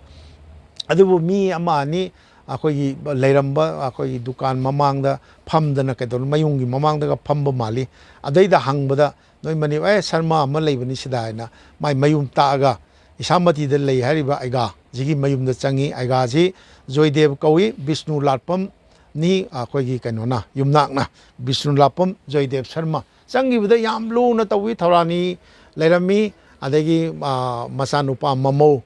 ꯂꯩꯔꯝꯃꯤ ꯃꯃꯧꯁꯤ ꯖꯤꯔꯤꯕꯥꯝ ꯅꯤꯉꯣꯜꯅꯤ ꯍꯥꯏ ꯑꯩꯈꯣꯏꯒꯤꯗꯃꯛꯇ ꯑꯩꯈꯣꯏꯒꯤ ꯍꯦꯛ ꯆꯪꯈꯤꯕꯒ ꯆꯥ ꯍꯥꯟꯅ ꯂꯣꯟꯗꯅ ꯇꯟ ꯍꯥꯟꯅ ꯑꯣꯖꯥ ꯍꯣꯏꯗꯤ ꯀꯔꯤꯝꯇꯁꯨ ꯆꯥꯕ ꯐꯪꯉꯛꯑꯝꯃꯔꯣꯏ ꯀꯥꯏꯅ ꯇꯧꯗꯅ ꯆꯥꯛ ꯆꯥꯅꯅꯕ ꯇꯧꯕꯗ ꯑꯩꯈꯣꯏꯅ Koilaghatꯇ ꯁꯨꯃꯥꯏꯅ ꯇꯧꯗꯅ ꯌꯨꯝ ꯑꯃ ꯂꯩꯌꯦ ꯑꯗꯨꯗ ꯆꯠꯀꯦꯅ ꯇꯧꯔꯦ Koilaghatꯀꯤꯗꯨꯗꯤ ꯀꯨꯂꯃꯅꯤ ꯀꯧꯕꯅꯤ ꯃꯥꯅ ꯈ꯭ꯋꯥꯏꯗꯒꯤ ꯅꯨꯡꯉꯥꯏ ꯌꯥꯏꯐꯕ ꯑꯣꯏꯔꯦ ꯑꯩꯈꯣꯏꯅ ꯂꯩꯕꯁꯤꯅ ꯄꯪꯂꯩ ꯂꯩꯕ ꯍꯥꯏꯗꯨꯅꯤ ꯀꯥꯏꯅ ꯑꯩꯒꯥꯗꯨꯅꯁꯨ ꯍꯥꯏꯕꯤꯗꯅ ꯇꯧꯕꯗꯒꯤ ꯃꯣꯏꯗ ꯆꯥꯒ ꯇꯟꯒ ꯆꯥꯗꯅ ꯈꯣꯠꯇꯅ ꯇꯧꯔꯦꯔꯒ ꯑꯩꯈꯣꯏꯁꯤ ꯑꯃꯨꯛ ꯑꯩꯈꯣꯏ ꯕꯥꯏꯛ ꯊꯧꯗꯣꯔꯛꯑꯦ ꯀꯤꯂꯣꯃꯤꯇꯔ 3 ꯆꯠꯂꯒ 3ꯁꯦ ꯂꯝꯕꯤ ꯄꯤꯁꯛ ꯄꯤ ꯀꯣꯏꯂꯥꯁꯇꯤ ꯊꯥꯏꯕꯨ ꯑꯗꯒꯤꯗꯤ ꯆꯤꯡꯆꯦꯞ ꯀꯣꯏꯂꯥꯁ ꯊꯥꯗꯕ ꯅꯨꯡ ꯉꯥꯛꯇ ꯉꯥꯏꯕ ꯅꯨꯡꯗꯤ ꯑꯀꯟꯕ ꯅꯨꯡꯅꯤ ꯃꯨꯁꯨꯛ ꯃꯨꯕ ꯅꯨꯡꯁꯤ ꯇꯧꯔꯒ ꯂꯥꯜꯂꯒ ꯏꯁꯤꯡ ꯅꯣꯡ ꯇꯥꯕꯒꯤ ꯏꯁꯤꯡꯒꯁꯨ ꯆꯦꯜꯂꯤ ꯃꯗꯩꯗ ꯂꯥꯛꯑꯒ ꯇꯤꯂꯥꯞ ꯍꯥꯏꯅ ꯀꯩꯊꯦꯜ ꯃꯆꯥ ꯄꯤꯁꯛ ꯑꯃ ꯂꯩ ꯑꯗꯨꯗ ꯑꯩꯈꯣꯏ ꯄꯨꯂꯤꯁ ꯁ꯭ꯇꯦꯁꯟꯒꯁꯨ ꯂꯩ ꯕꯤꯠ ꯄꯨꯂꯤꯁꯀꯤ ꯕꯤꯠ ꯑꯣꯐꯤꯁ ꯑꯃ ꯍꯥꯏꯇꯥꯔꯦ ꯑꯗꯨ ꯂꯩ ꯑꯗꯒꯤ ꯀꯤꯂꯣꯃꯤꯇꯔ 1 ꯐꯕꯥꯠꯇꯅ ꯂꯥꯛꯑꯒ ꯑꯗꯨꯁꯨ ꯂꯝꯕꯤꯗꯨꯁꯨ ꯅꯣꯡ ꯇꯥꯈꯤꯕꯒꯤ ꯑꯩꯈꯣꯏꯒꯤ ꯕꯥꯏꯛꯀꯤ ꯆꯀꯥꯁꯦ ꯊꯨꯡꯒꯦ ꯇꯧꯏ ꯑꯗꯨ ꯊꯧꯖꯤꯜꯂꯒ ꯑꯁꯤꯗ ꯃꯣꯏ ꯍꯥꯏꯔꯛꯑꯦ ꯑꯁꯤ ꯍꯦꯛ ꯂꯥꯟꯊꯣꯛꯈꯤꯕꯒ ꯑꯁꯤꯗ ꯂꯩꯔꯤꯁꯦ ꯀꯣꯏꯂꯥꯘꯥꯠ ꯍꯥꯏꯗꯨꯅꯤ ꯑꯁꯤꯗ ꯃꯩꯇꯩꯁꯤꯡꯒꯤ ꯃꯌꯨꯝ ꯂꯩꯔꯕꯅꯤꯅ ꯇꯧꯔꯛꯄꯗꯒꯤ ꯑꯩꯈꯣꯏ ꯂꯥꯛꯑꯦ ꯂꯥꯛꯄꯁꯤꯗꯩꯁꯤꯗ ꯀꯣꯏꯂꯥꯘꯥꯠꯀꯤ ꯁꯤꯗꯩꯁꯤꯗ ꯌꯨꯝ ꯑꯃ ꯂꯩꯔꯝꯃꯤ ꯈꯣꯡꯕꯥꯟ ꯇꯥꯐꯝ ꯀꯨꯂꯝꯃꯅꯤ ꯀꯧꯕ ꯅꯨꯄꯥ ꯑꯃꯒꯤ ꯃꯇꯝꯗꯨꯗ ꯃꯥꯁꯤ ꯀꯨꯂꯝꯃꯅꯤꯁꯤ ꯃꯥ ꯆꯍꯤ 50 ꯁꯨꯗ꯭ꯔꯤꯕ ꯃꯤꯑꯣꯏꯅꯤ ꯑꯗꯣ ꯃꯥꯁꯤ ꯂꯩꯔꯝꯃꯤ ꯃꯥꯒꯤ ꯅꯨꯄꯤ ꯂꯩꯔꯝꯗꯦ ꯉꯥꯏꯍꯥꯛ ꯂꯩꯔꯒ ꯂꯥꯛꯀꯗꯣꯔꯤꯕꯅꯤ ꯑꯗꯣ ꯃꯥꯒꯤ ꯃꯈꯨꯔꯥ ꯒꯣꯄꯦꯅ ꯃꯇꯝꯗꯨꯗ ꯃꯁꯥꯒꯤ ꯆꯍꯤ 60 ꯁꯨꯔꯕ ꯃꯈꯨꯔꯥ ꯅꯨꯄꯤ ꯊꯤꯗꯕ ꯄꯥꯈꯪ ꯀꯟꯐꯥꯔꯝ ꯕꯦꯆꯂꯔ ꯑꯃ ꯂꯩꯔꯝꯃꯤ ꯑꯗꯒꯤ ꯃꯥꯒꯤ ꯌꯨꯝꯒꯤ ꯍꯦꯛ ꯅꯥꯀꯟꯗ ꯏꯅ ꯀꯨꯞꯄꯒ ꯌꯨꯝ ꯃꯆꯥ ꯑꯃ ꯁꯥꯔꯒ ꯃꯅꯦ ꯆꯤꯡꯊꯣꯛꯄ ꯑꯍꯟ ꯑꯃꯨꯁꯅꯥ ꯀꯧꯕꯤ ꯅꯨꯄꯤ ꯑꯃꯒ ꯂꯩꯔꯝꯃꯤ ꯑꯗꯣ ꯑꯩꯈꯣꯏ ꯂꯥꯛꯄꯒꯤ ꯃꯔꯝꯁꯤ ꯇꯧꯔꯒ ꯆꯥ ꯅꯨꯡ ꯊꯛꯃꯤꯟꯅꯗꯅ ꯋꯥꯔꯤ ꯁꯥꯗꯅ ꯇꯧꯏ ꯑꯗꯒꯤ ꯌꯥꯝ ꯅꯨꯡꯉꯥꯏꯔꯤꯁꯦ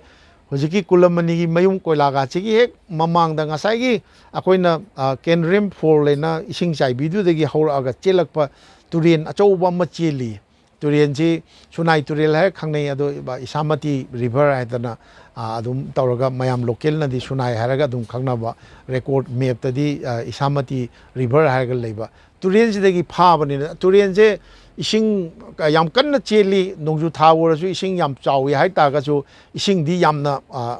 ꯃꯔꯦꯞ ꯂꯨꯕ ꯅꯠꯇꯦ ꯂꯪꯇ꯭ꯔꯤꯛ ꯂꯪꯉꯤ ꯏꯁꯤꯡꯁꯦ ꯃꯈꯥꯗ ꯉꯥ ꯆꯦꯟꯕ ꯎꯏ ꯂꯩꯉꯣꯏ ꯑꯩꯈꯣꯏ ꯏꯔꯨꯖꯕꯒꯁꯦ ꯌꯥꯝ ꯅꯨꯡꯁꯤꯈ꯭ꯔꯖꯥꯠꯅꯤ ꯑꯩꯈꯣꯏꯒꯤ ꯗꯦꯁꯋꯥꯂꯤ ꯅꯨꯄꯤꯁꯤꯡꯒ ꯇꯧꯔꯒ ꯃꯔꯤꯒ ꯏꯁꯤꯡ ꯁꯣꯛꯄ ꯏꯔꯨꯖꯕ ꯀꯨꯝꯊꯔꯛꯄꯒ ꯑꯩꯈꯣꯏꯁꯨ ꯏꯔꯨꯖꯔꯛꯀꯗꯣꯏꯅꯤ ꯑꯗꯨ ꯇꯧꯗꯅ ꯑꯗꯨꯗꯒꯤ ꯐꯥꯕꯅꯤꯅ ꯏꯁꯤꯡ ꯍꯥꯡꯀꯣꯛ ꯊꯣꯡꯒꯗꯣꯏꯅꯦꯅ ꯁꯦꯝꯗꯅ ꯂꯩꯔꯝꯃꯤ ꯏꯁꯤꯡ ꯍꯥꯡꯀꯣꯛꯅꯦꯅ ꯑꯗꯣ ꯑꯩꯒꯤꯗꯤ ꯉꯥꯒ ꯊꯣꯡꯕꯤꯗꯅ ꯀꯥꯡꯉꯧ ꯏꯔꯣꯟꯕꯒ ꯇꯧꯕꯤꯗꯅ ꯆꯝꯐꯨꯠꯀ ꯇꯧꯕꯤꯗꯅ ꯇꯧꯏ ꯑꯗꯣ ꯖꯨꯒꯤꯟꯗ꯭ꯔꯣꯗꯤ ꯃꯥꯗꯤ ꯃꯍꯥꯎ ꯇꯪꯅꯦꯅ ꯏꯅꯥꯎ ꯖꯨꯒꯤꯟꯗ꯭ꯔꯣꯗꯤ ꯏꯁꯤꯡ ꯍꯥꯡꯀꯣꯛ ꯊꯣꯡꯕꯗꯣ ꯌꯥꯝ ꯐꯖꯅ ꯆꯥꯏ ꯆꯥꯛ ꯇꯣꯛꯑ ꯃꯇꯨꯡꯗ ꯈꯨꯔꯥ ꯒꯣꯄꯦꯒ ꯑꯩꯈꯣꯏꯒꯤ ꯀꯨꯂꯝꯃꯅꯤꯒ ꯋꯥꯔꯤ ꯁꯥꯟꯅꯗꯅ ꯑꯗꯨꯒꯤ ꯃꯇꯝꯁꯤꯗꯅꯤ ꯀꯨꯂꯝꯃꯅꯤꯒꯤ ꯅꯨꯄꯤ ꯏꯕꯦꯝꯃꯁꯤ ꯃꯆꯥꯅꯨꯄꯤ ꯄꯨꯡꯀꯛ ꯆꯥꯎꯔꯦ ꯃꯇꯝꯗꯨꯗ ꯀ꯭ꯂꯥꯁ 3-4 ꯇꯝꯕ ꯃꯥꯜꯂꯤ ꯆꯦꯔꯥꯄꯨꯟꯖꯤꯗ ꯇꯝꯃꯦ ꯍꯥꯏ ꯑꯗꯣ ꯑꯉꯥꯡ ꯑꯅꯤꯗꯨ ꯄꯨꯔꯒ ꯁꯥꯇꯤꯟ ꯑꯃ ꯇꯨꯞꯄꯒ ꯂꯥꯛꯑꯦ ꯃꯣꯏꯅ ꯆꯠꯂꯨꯔꯤꯁꯤꯅ ꯃꯣꯏꯒꯤ ꯌꯨꯝ ꯃꯅꯥꯛꯇ ꯑꯗꯨꯝ ꯀꯩꯅꯣ ꯂꯩꯔꯦ ꯑꯩꯈꯣꯏꯒꯤ ꯕꯪꯒ꯭ꯂꯥꯗꯦꯁꯀꯤ ꯕꯣꯔꯗꯔꯒꯤ ꯐꯦꯟꯁꯤꯡꯁꯦ ꯑꯗꯨꯝ ꯂꯩꯔꯦ ꯑꯗꯒꯤ ꯇꯨꯔꯦꯟ ꯂꯩꯈ꯭ꯔꯒꯅ ꯇꯨꯔꯦꯟꯒꯤ ꯋꯥꯡꯃꯅ ꯕꯪꯒ꯭ꯂꯥꯗꯦꯁ ꯑꯣꯏꯔꯤꯕ ꯑꯗꯨ ꯂꯥꯟꯁꯤꯜ ꯕꯪꯒ꯭ꯂꯥꯗꯦꯁꯀꯤ ꯀꯤꯂꯣꯃꯤꯇꯔ 3 ꯈꯣꯡꯅ ꯆꯪꯁꯤꯜꯂꯦꯔꯒ ꯃꯣꯏꯒꯤ ꯑꯗꯨꯋꯥꯏꯒꯤ ꯆꯪꯊꯣꯛ ꯆꯪꯁꯤꯟꯗꯤ ꯑꯩꯈꯣꯏꯒꯤ BSFꯇꯒꯁꯨ ꯑꯗꯨꯝ ꯍꯥꯏꯅꯔꯒꯁꯨ ꯑꯗꯨꯝ ꯆꯪꯕ ꯑꯁꯣꯝꯒꯤ ꯃꯤꯒ ꯊꯦꯡꯅꯔꯒꯁꯨ ꯑꯁꯣꯝꯒꯤ ꯃꯣꯏꯒꯤ ꯕꯪꯒ꯭ꯂꯥꯗꯦꯁꯀꯤ ꯁꯤꯐꯥꯏꯒ ꯊꯦꯡꯅꯔꯒꯁꯨ ꯑꯗꯨꯝ ꯕꯪꯒ꯭ꯂꯥ ꯀꯔꯤ ꯈꯪꯅꯕꯅꯤ나 ꯑꯗꯨꯝ ꯉꯥꯏꯍꯥꯛ ꯆꯠꯊꯣꯛ ꯆꯠꯁꯤꯟ ꯑꯗꯨꯝ ꯌꯥꯕꯖꯥꯠꯅꯤ ꯑꯗꯣ ꯔꯇꯟꯄꯨꯔ ꯀꯧꯕ ꯀꯤꯂꯣꯃꯤꯇꯔ 2.5-3 ꯆꯪꯁꯤꯟꯈ꯭ꯔꯒ ꯔꯇꯟꯄꯨꯔ ꯀꯧꯕ ꯈꯨꯡꯒꯪ ꯑꯃ ꯂꯩꯕꯁꯤꯗꯩꯁꯤꯗ ꯃꯩꯇꯩ ꯌꯨꯝ 10 ꯂꯩꯌꯦ ꯍꯥꯟꯅꯗꯤ ꯌꯥꯝ ꯂꯩꯔꯝꯃꯦ ꯃꯩꯇꯩ ꯌꯨꯝ 100 ꯍꯦꯟꯅ ꯂꯩꯔꯝꯕ ꯌꯥꯝ ꯑꯆꯧꯕ ꯃꯩꯇꯩ ꯈꯨꯟ ꯑꯣꯏꯔꯝꯖꯥꯠꯅꯤ ꯑꯗꯣ ꯕꯪꯒ꯭ꯂꯥꯗꯦꯁ ꯂꯥꯟꯒꯤ ꯃꯇꯝꯗ ꯀꯥꯏꯈꯤꯕꯗꯒꯤ ꯃꯌꯦꯡ ꯇꯥꯈꯤꯕꯅꯦꯅ ꯍꯥꯏ ꯑꯗꯨꯃꯥꯏꯅ ꯇꯧꯅ ꯑꯗꯩꯗ ꯃꯥꯏꯕ ꯑꯃꯗ ꯃꯆꯥꯅꯨꯄꯤꯒꯤ ꯃꯀꯣꯛꯇ ꯑꯩꯈꯣꯏꯒꯤ ꯑꯄꯥꯠꯄ ꯑꯄꯣꯝꯕ ꯇꯧꯔꯛꯄꯒꯤ ꯂꯥꯏꯌꯦꯡꯕ ꯆꯠꯂꯨꯕꯅꯦꯅ ꯁꯥꯇꯤꯟ ꯑꯃꯒ ꯇꯨꯞꯄꯒ ꯂꯥꯛꯏ ꯑꯩꯈꯣꯏ ꯂꯥꯛꯄꯗꯨꯗ ꯑꯗꯨꯝ ꯑꯃꯁꯨ ꯃꯤꯆꯪ ꯃꯤꯑꯣꯛ ꯃꯤꯆꯥꯟ ꯌꯥꯝ ꯐꯩ ꯃꯥꯁꯨ ꯇꯧꯗꯅ ꯑꯗꯨ ꯈꯨꯔꯥ ꯒꯣꯄꯦꯅ ꯋꯥꯔꯤ ꯁꯥꯔꯛꯄꯗ ꯁꯣꯝꯒꯤ ꯃꯥꯏꯀꯩꯗ ꯑꯗꯣꯝꯒꯤ ꯃꯣꯏꯒꯤ ꯂꯝꯒꯤ ꯃꯥꯏꯀꯩꯁꯤꯗ ꯂꯩꯔꯤꯁꯦ ꯈꯨꯔꯥ ꯒꯣꯄꯦ ꯍꯣꯏꯒꯤ ꯀꯨꯂꯝꯃꯅꯤꯒꯤ ꯃꯌꯨꯝꯁꯤꯒ ꯑꯗꯒꯤ ꯏꯁꯥꯃꯇꯤꯗ ꯂꯩꯍꯧꯔꯤꯕ ꯑꯩꯒꯥ ꯖꯣꯏꯗꯦꯕꯒꯤ ꯕꯤꯁꯅꯨꯂꯥꯄꯝꯕꯤ ꯖꯣꯏꯗꯦꯕꯒꯤ ꯃꯌꯨꯝꯁꯤꯒ ꯃꯣꯏ ꯏꯪꯈꯣꯜ ꯑꯅꯤꯁꯤꯗꯪ ꯄꯇꯥ ꯄꯥꯏꯕ ꯑꯇꯩꯗꯤ ꯍꯥꯟꯅ ꯌꯥꯝ ꯂꯩꯔꯝꯃꯦ ꯏꯁꯥꯃꯇꯤꯗ ꯑꯩꯒꯥ ꯖꯣꯏꯗꯦꯕꯒꯤ ꯌꯨꯝꯗꯪ ꯂꯩꯔꯤꯕꯁꯤꯗꯩꯁꯤꯗ ꯌꯨꯝ 30-40 ꯂꯩꯔꯝꯃꯦ ꯃꯩꯇꯩꯒꯤ ꯑꯗꯒꯤ ꯀꯣꯏꯂꯥꯘꯥꯠ ꯃꯛꯇ ꯍꯧꯖꯤꯛ ꯈꯨꯔꯥ ꯒꯣꯄꯦ ꯍꯣꯏꯅ ꯂꯩꯔꯤꯕ ꯀꯨꯂꯝꯃꯅꯤꯒꯤ ꯃꯌꯨꯝ ꯈꯛꯇꯪꯒ ꯂꯩꯔꯤꯕ ꯃꯣꯏ ꯃꯅꯦ ꯑꯃꯨꯁꯅꯥꯒꯤꯒ ꯃꯣꯏ ꯌꯨꯝ ꯑꯅꯤꯈꯛ ꯂꯩꯔꯤꯕꯗꯨꯁꯨ ꯌꯨꯝ 60 ꯂꯩꯔꯝꯃꯦ ꯍꯥꯏꯌꯦ ꯑꯗꯒꯤ ꯃꯣꯏꯒꯤꯗꯨꯗꯒꯤ ꯊꯣꯛꯈ꯭ꯔꯒ ꯈꯤꯇꯪ ꯃꯤꯇꯔ 500 ꯃꯨꯛꯇꯪ ꯊꯣꯛꯈ꯭ꯔꯒ ꯑꯩꯈꯣꯏꯒꯤ ꯇꯨꯔꯦꯟ ꯂꯥꯟꯅ ꯕꯥꯏꯔꯪ ꯊꯣꯡꯅ ꯑꯆꯧꯕ ꯊꯣꯡ ꯑꯃ ꯂꯩ ꯌꯣꯠꯀꯤ ꯊꯣꯡ ꯑꯃ ꯑꯗꯣ ꯌꯣꯠꯀꯤ ꯊꯣꯡꯗꯨ ꯂꯥꯟꯊꯣꯛꯈ꯭ꯔꯒ ꯑꯩꯈꯣꯏꯒꯤ ꯂꯝꯄꯥꯛ ꯑꯆꯧꯕ ꯑꯃ ꯂꯩ ꯂꯝꯄꯥꯛꯇꯨꯒꯤ ꯂꯝꯕꯤꯁꯤ ꯐꯥꯎꯅ ꯆꯠꯈ꯭ꯔꯒꯅ ꯀꯤꯂꯣꯃꯤꯇꯔ 3.5 ꯆꯠꯂꯒ ꯚꯣꯂꯥꯒꯟꯖ ꯍꯥꯏꯔꯤꯕ ꯀꯩꯊꯦꯜ ꯃꯆꯥꯁꯤ ꯌꯧꯗꯣꯔꯤꯕꯅꯤ ꯑꯗꯨꯁꯨ ꯃꯩꯇꯩ ꯂꯩꯗꯣꯔꯤꯕꯅꯤ ꯑꯗꯣ ꯂꯝꯕꯤ ꯚꯣꯂꯥꯒꯟꯖ ꯔꯣꯝꯗ ꯆꯠꯈꯤꯗꯕꯗ ꯊꯣꯡꯁꯤ ꯍꯦꯛ ꯂꯥꯟꯊꯣꯛꯄꯒ ꯂꯝꯄꯥꯛ ꯑꯆꯧꯕꯁꯤꯗ ꯑꯩꯈꯣꯏꯒꯤ ꯈꯣꯡ ꯂꯝꯕꯤꯅꯤ ꯑꯣꯏꯔꯣꯝꯗ ꯍꯥꯏꯖꯤꯟꯈ꯭ꯔꯒ ꯈꯨꯟ ꯃꯆꯥ ꯑꯃ ꯂꯩ ꯕꯥꯏꯔꯪ ꯍꯥꯏꯗꯅ ꯕꯥꯏꯔꯪꯁꯤꯗ ꯑꯩꯈꯣꯏꯅ ꯆꯠꯂꯨꯕ ꯃꯇꯝꯁꯤꯗ 2005ꯀꯤꯁꯤꯗ ꯌꯨꯝ 13 ꯂꯩꯔꯝꯗꯣꯏꯅꯤ ꯃꯁꯤ ꯋꯥꯔꯤ ꯂꯥꯛꯆꯒꯦ ꯑꯗꯣ ꯍꯥꯏꯔꯤꯕ ꯂꯝꯁꯤꯡꯁꯤꯗꯩꯁꯤꯗ ꯂꯩꯔꯝꯕ ꯃꯩꯇꯩꯁꯤꯡꯁꯦ Hana mamang India partition gi mamang dagi India Pakistan khaidri mamang dagi lair abang ngakta ado 1947 da India Pakistan khaigre mawoi da thoidok pa khenna wa laitaba lam leihau chenba lam adai lamlem yamna pakna leibanina lau uba dei nga nung phaba u wa yan bagi kadobagi khudong chaba yam leibanina pangnung nungai dana adum leiba adai di moina adum main tau leiraga moina 19 kaino lae 71 lae 71 gi khoi kaino si dai da adugi mamang da 1967 da partition gi matung da 1967 da Assam gi woina ahanba legislative assembly gi election tawba si da moi mayam si Assam gi nagarik ama woina citizen woina vote thadagi adugi kaino su vote thadagi gi che changa su khura gopian na ulai adui matung da 1970 gi April gi tang ani dagi hauna hana Assam gi Khashiya Jaintia Hills amadi Garo Hills haidana district oina Assam gi oina manung channa leirambasi moi kaino oina Assam gi manung da autonomous district council oina onthorakheba 1970 gi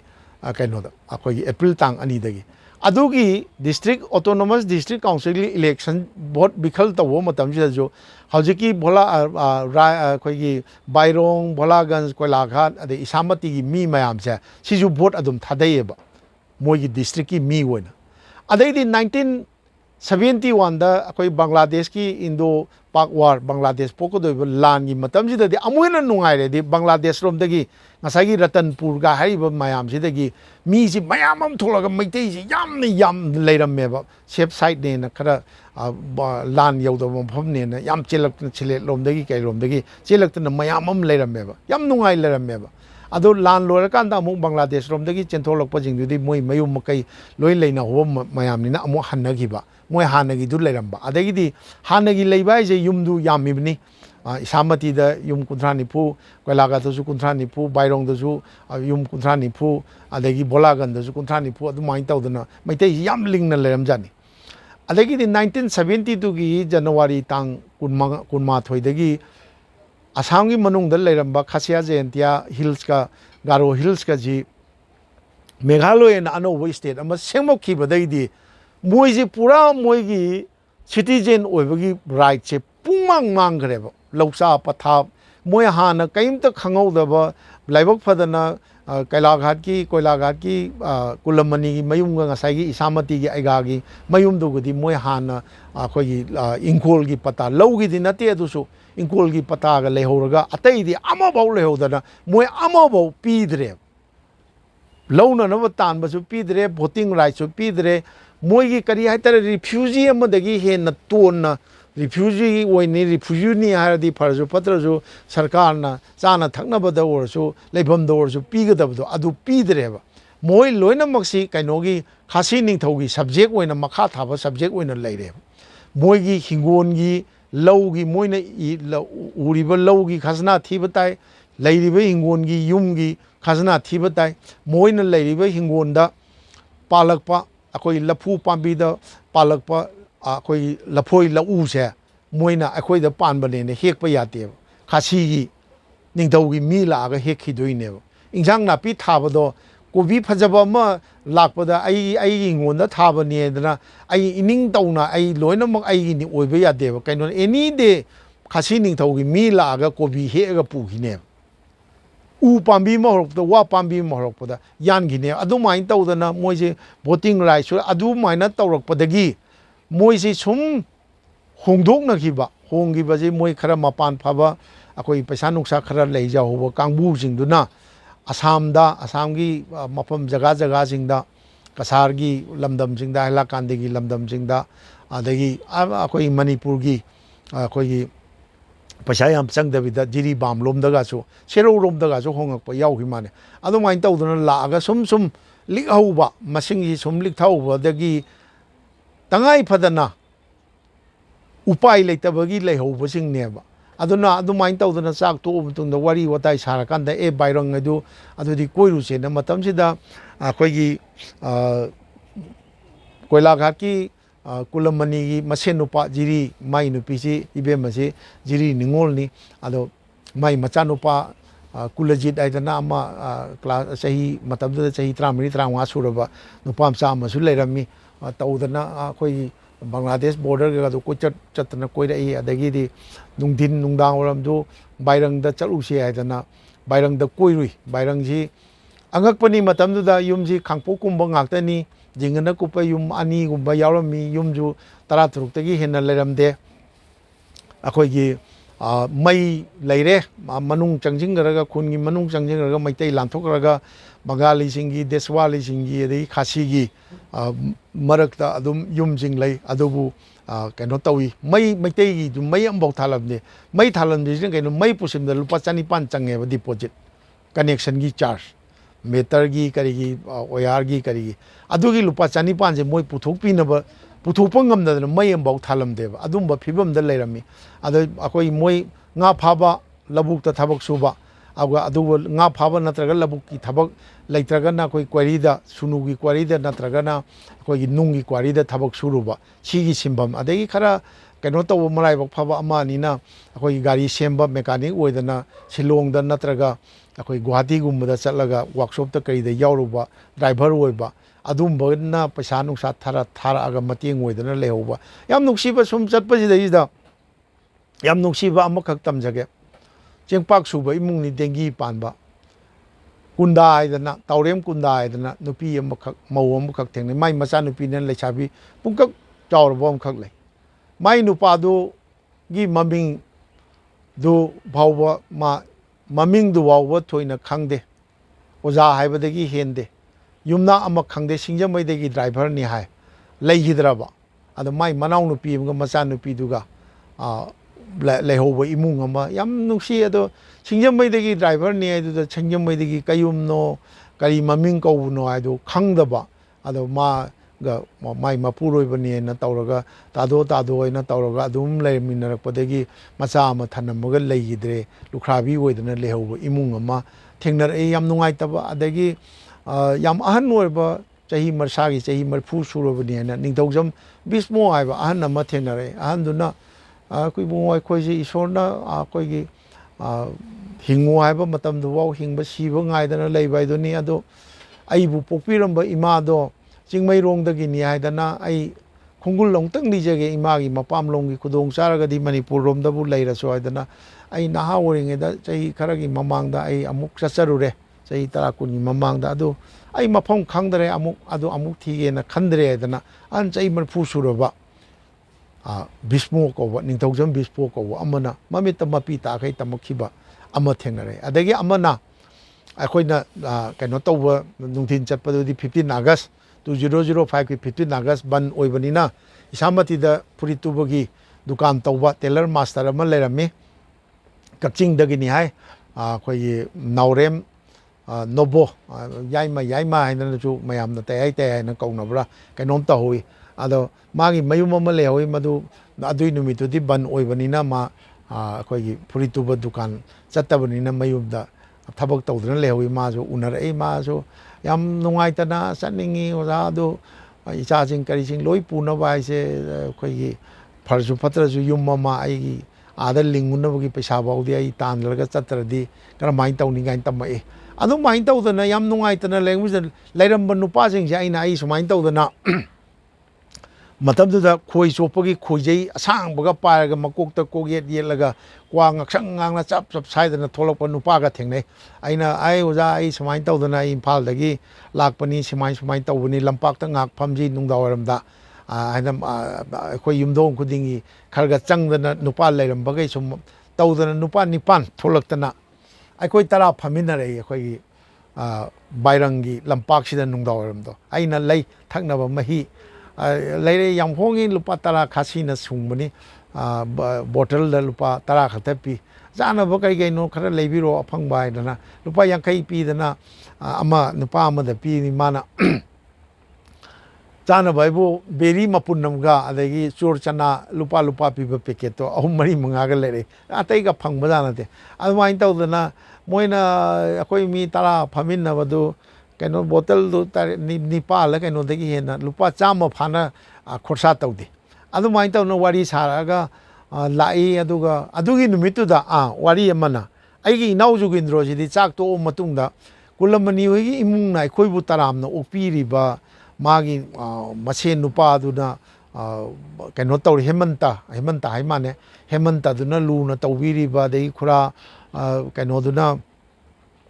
khura leirami baduna akhoi bu lu na tawbiri ba ine duna su lu na tawbiri ba adai kulamani masa maksu yamna haiti miyo michan yam phaba kedauba degi yam phaba oibasida jugindro na yamba aidi somai tawna si yordi yamba dang leibi ningba numit nini humni leidabige go leidabi horo ai haigakrage kaino aina haigatla taragadi hayeng ai suti lawba haibam nainararoi ai hayeng si office adum school adum kaba nangani hadana tawdei fare adudi na jugindro chakare ai tandang ai orabani lampak taga phamubado adu mai tawdana leire adu nongalaga koi kainoga Bholaganj taga chattana khotana ga tawrei Bholaganj dagi ayukta chilongda bus amba chatli bus hi gi driver je Bishnupia kainoni nupa ni Meitei lon breng Meitei do ngangi mai khuthau je angakpani ai halakpada tongakadoini adu mai tawdana tawi adu mai tawdana lakhraga aina hujiki lamdam sida Ishamati Koilaghat BAIRANG adagi Bholaganj haiba mafam somda chacharubagi paudamsi aina phongjaramba sanathongi 2005 ki September October November tha ahumda yam phajana macha khaina ai ijagi adugi matungda aina ijagraba report tawjagraba matungda akoigi aibu sponsor tawiriba Meghalaya Manipuri Welfare Association gi kangbu ne adagi Manipuri Sahitya Parishad Meghalaya gi kangbu ne adagi Guwahati da phongba thagi che phong ichemagi editor Dr. Puri Sabam Biramani ne makoi punna makoi team mama amuk chatludana akoi lamsi yengbirubagi report ama thamgre adugi matungda inau jugindro di madi hujiki lamdam se sungtha tharakhidrabajani ma adomgi thaba angangsing adomgi laik laisu tambibada kaidobada tamanbada leita lairagi mateng pangba degi ana layengi karigi ahal lamanjingi seba tawba kaidoba mateng pangbada pungning lupe je adum pau tare maji thangjaga dongmaijinga magi school chuti oibanina Friday numit sidaisa haidaraga evening da haidaraga thangjaga nongmaijinga lepom akogi leammaga amuk keno da haigat khiba adumai tawduna adum lakpa jani adumai tawduna sum lakhibajina marakta adu kadore adu pass tawre adu tawre ma college tamdore adu tawre aiba pau itatana adum tai ado si ahanjing chumai tawre adu tawre nupi jingi akogi self help group amal linkhalle kadore ga aiba adum itatana pau tai adumai taw lakpasina 2015 gi November gi tang November gi losilakpagi adwaidadi mana phone call amkhak tawraki inau jugindro sina chilongdagi yamba sumai tawdana akogi Bholaganj Meitei Development Society and amal linkhalle masina Meghalaya Sarkar gi makhada ahan boina atopa khasi jing nataba garo jing nataba mina linkhatpa akogi association da state phangaba Meghalaya state matungda ahan bar restoration phangba restar number phangba organization ni masigi nungaiba phongdokpo na December gi tang 23 ta sakja hijanabagi thormo pangthokaduri yamba baton torkani thorang tawbiyo yambana chief guest oirgadabni oibiragadabni na telephone toroktana khangalaki ada ai haraudana kari laktani ai lakani khorkani na tawi ada tawbajida haibuga tawbuga December gi tang taramani munga yoksilakpa adwaida akoigi batonju tawbire adai kadore tawbadagi aiju chatkani adina Imphal de tang December gi tang kumunga da thadoi akoigi kaino bawba Dimapur bawba sta chale Dimapur degi Guwahati train da chale ayung anta thunge ayung anta tholaga iru maithajane station da taraga tholaga Chilongi bus tongaga pung tara tadringe da pung nipan mapan da Chilong da thunge Chilongi roga di moi mayam na upi da na akoi punna car da Chilong dagi adugi khongchat da Imphal dagi kaino local cable TV gi ꯑꯃꯒꯤ ꯀꯩꯅꯣ cameraman ꯏꯅꯥꯎ ꯑꯃꯁꯨ ꯌꯥꯎꯏ ꯑꯗꯣ ꯃꯥꯅꯗꯤ ꯊꯣꯛꯈ꯭ꯔꯒ ꯃꯥꯅ ꯑꯍꯥꯟꯕ ꯑꯣꯏꯅ ꯊꯦꯡꯅꯔꯛꯄꯗꯧꯅ ꯄꯥꯎꯗꯝꯗꯅꯒ ꯇꯧꯈꯤ ꯑꯗꯣ ꯀꯩꯁꯨ ꯀꯥꯏꯗꯦ ꯃꯣꯏ ꯈꯨꯟꯗꯨꯒꯤ ꯐꯅꯅꯕꯅꯤ ꯑꯗꯨꯃꯥꯏꯅ ꯇꯧꯅ ꯑꯩꯈꯣꯏ ꯇꯥꯡ 23ꯀꯤ ꯄꯨꯡ 1ꯒꯤ ꯑꯗꯨꯋꯥꯏꯗ ꯊꯨꯡꯉꯦ ꯑꯩꯈꯣꯏꯅ ꯆꯠꯈꯤꯕ ꯃꯇꯝꯗꯨꯗꯗꯤ ꯂꯝꯕꯤꯁꯤ ꯀꯩꯅꯣ ꯇꯧꯔꯦ ꯂꯝꯕꯤꯁꯤ 3 ꯊꯣꯛꯅ ꯂꯩꯔꯝꯃꯦ ꯂꯝꯕꯤꯁꯨ ꯌꯥꯝ ꯐꯔꯝꯃꯦ ꯑꯩꯈꯣꯏꯒꯤ ꯁꯨꯝ ꯆꯠꯈꯤꯕꯁꯤꯗ ꯉꯁꯥꯏꯒꯤ ꯀꯩꯅꯣ ꯌꯧꯗ꯭ꯔꯤꯉꯩꯗ ꯏꯁꯤꯡ ꯆꯥꯏꯕꯤ ꯉꯁꯥꯏꯒꯤ ꯑꯩꯅ ꯄꯟꯖꯈꯤꯕ ꯑꯩꯈꯣꯏꯒꯤ ꯀꯦꯟꯔꯦꯝ ꯐꯣꯜꯁ ꯍꯥꯏꯗꯣ ꯑꯗꯨ ꯌꯧꯗ꯭ꯔꯤꯉꯩꯗ ꯑꯩꯈꯣꯏꯒꯤ ꯅꯣꯡꯒ꯭ꯔꯦꯠ ꯍꯥꯏꯅ ꯂꯝ ꯑꯃ ꯂꯩ ꯅꯣꯡꯒ꯭ꯔꯦꯠꯁꯤ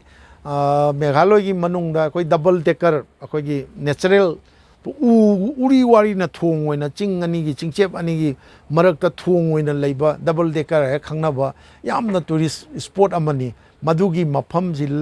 ꯂꯥꯜꯂꯒ ꯑꯗꯩꯗꯤ ꯂꯝꯕꯤꯁꯤ ꯈꯥꯏꯔꯒ 2-3 ꯊꯣꯛꯅ ꯀꯤꯂꯣꯃꯤꯇꯔ 19 ꯈꯛꯇꯗ ꯏꯁꯥꯃꯇꯤ ꯌꯧꯕ ꯂꯝꯕꯤꯒꯁꯨ ꯂꯩꯔꯝꯃꯦ ꯑꯗꯨꯕꯨ ꯑꯩꯈꯣꯏ ꯑꯗꯨꯝ ꯀꯩꯅꯣ ꯇꯧꯗꯅ ꯂꯥꯛꯏ ꯈꯔ ꯁꯥꯡꯗꯣꯛꯄ ꯂꯝꯕꯤ ꯑꯩꯈꯣꯏꯒꯤ ꯀꯦꯟꯔꯦꯝ ꯐꯣꯜꯁ ꯔꯣꯝꯗ ꯑꯩꯈꯣꯏ ꯐꯣꯇꯣ ꯅꯝꯁꯦꯅ ꯑꯗꯨꯒꯤ ꯃꯇꯝꯗ ꯑꯩꯈꯣꯏꯅ ꯂꯥꯛꯄ ꯃꯇꯝꯗꯗꯤ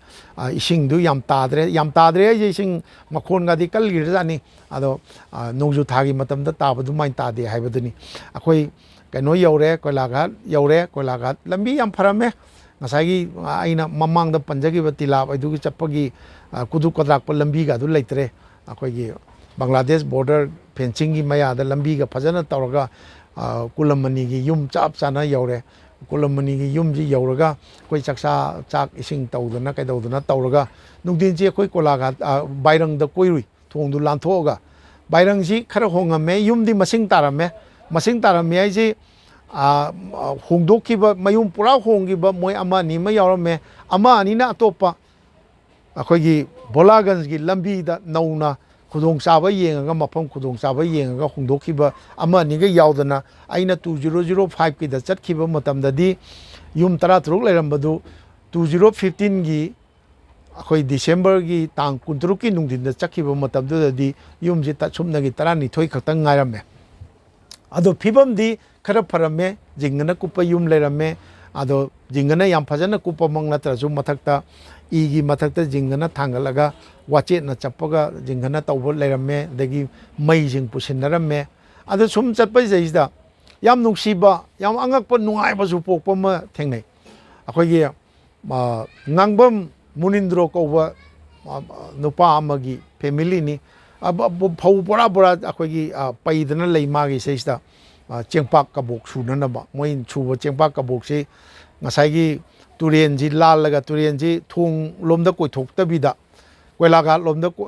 ꯀꯣꯏꯊꯣꯛꯇꯕꯤꯗ ꯍꯦꯛꯇ ꯃꯣꯏꯒꯤ ꯃꯅꯥꯛꯇꯒꯤ ꯊꯣꯡꯁꯤ ꯑꯩꯈꯣꯏꯒꯤ ꯏꯁꯤꯡ ꯆꯥꯎꯗꯕ ꯃꯇꯝꯗꯗꯤ ꯍꯦꯛꯇ ꯂꯥꯟꯊꯣꯛꯈ꯭ꯔꯒ ꯆꯠꯄꯁꯦ ꯏꯁꯥꯃꯇꯤꯁꯤ ꯏꯅꯛ ꯅꯛꯆꯥꯅꯤ ꯀꯤꯂꯣꯃꯤꯇꯔ 3 ꯐꯥꯠꯇꯕꯖꯥꯠꯅꯤ ꯑꯗꯩꯗ ꯌꯣꯟꯗꯣꯏꯅꯤ ꯑꯗꯨꯒꯤ ꯆꯦꯡꯄꯥꯛꯀꯤ ꯀꯔꯕꯥꯔ ꯇꯧꯕ ꯐꯦꯃꯤꯂꯤ ꯃꯁꯤꯗꯩꯁꯤꯗ ꯅꯨꯄꯤ ꯃꯆꯥ ꯃꯟꯗꯤꯁꯇꯥ ꯍꯥꯏꯅ ꯅꯨꯡꯁꯤ ꯏꯆꯝ ꯆꯝꯅ ꯈꯣꯡꯒ꯭ꯔꯥꯎ ꯃꯆꯥ ꯑꯩꯈꯣꯏꯒꯤ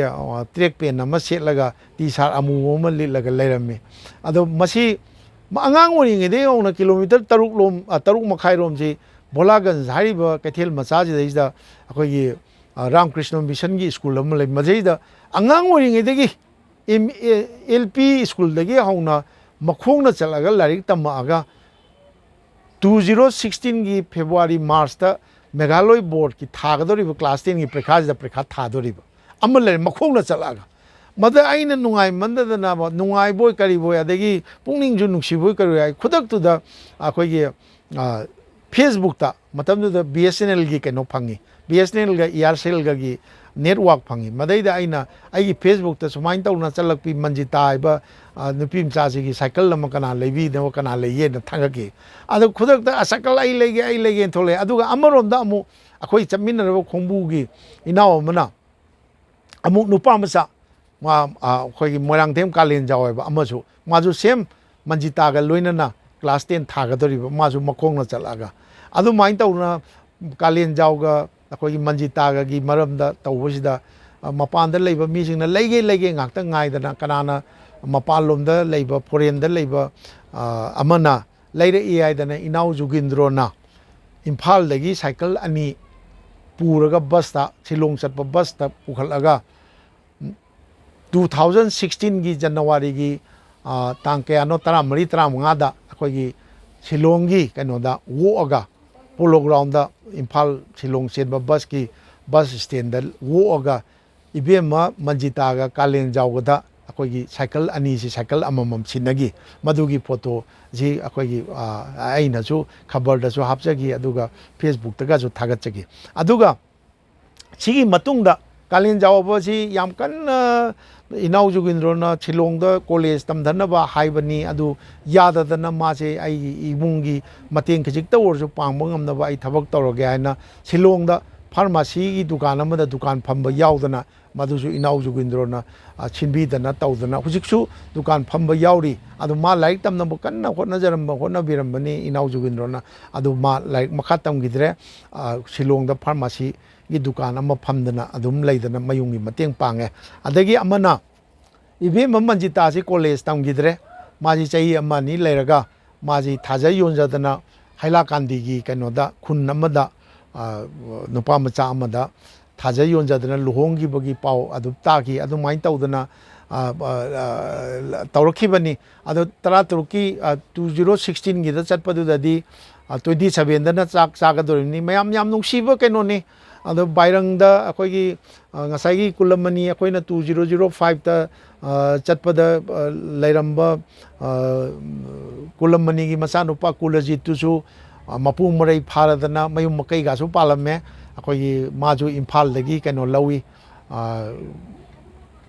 इम्फाल निंगोल नि अखोगी करी माई निंगोल मपाम दुबु अदगी निंगोल अमा लौदना मचानुपा नुंगसीबा अनि फंगदना लैदना अखोगी मपागी महुचिना मपा कुलजीतना कैनोदा अखोगी कैनोदा करी कोइलाघाट दुकान अमा फमदना लैरगा मपाना हाना इंपोर्ट एक्सपोर्ट की बांग्लादेश के इंडिया के मनुंगदा सुनु नुंगना चिंगबा अखोई एक्सपोर्ट तौबगी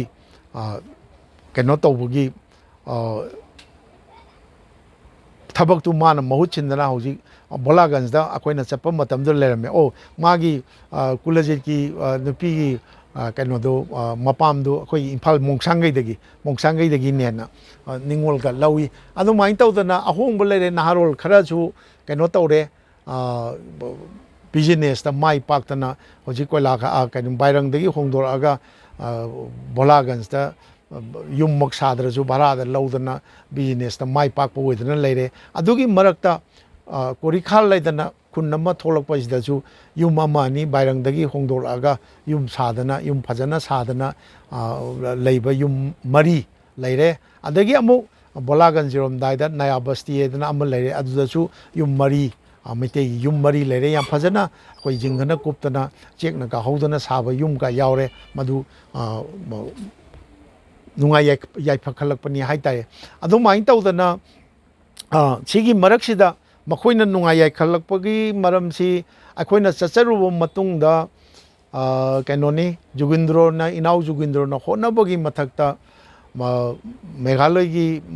शिलोंग की मणिपुरी स्टूडेंट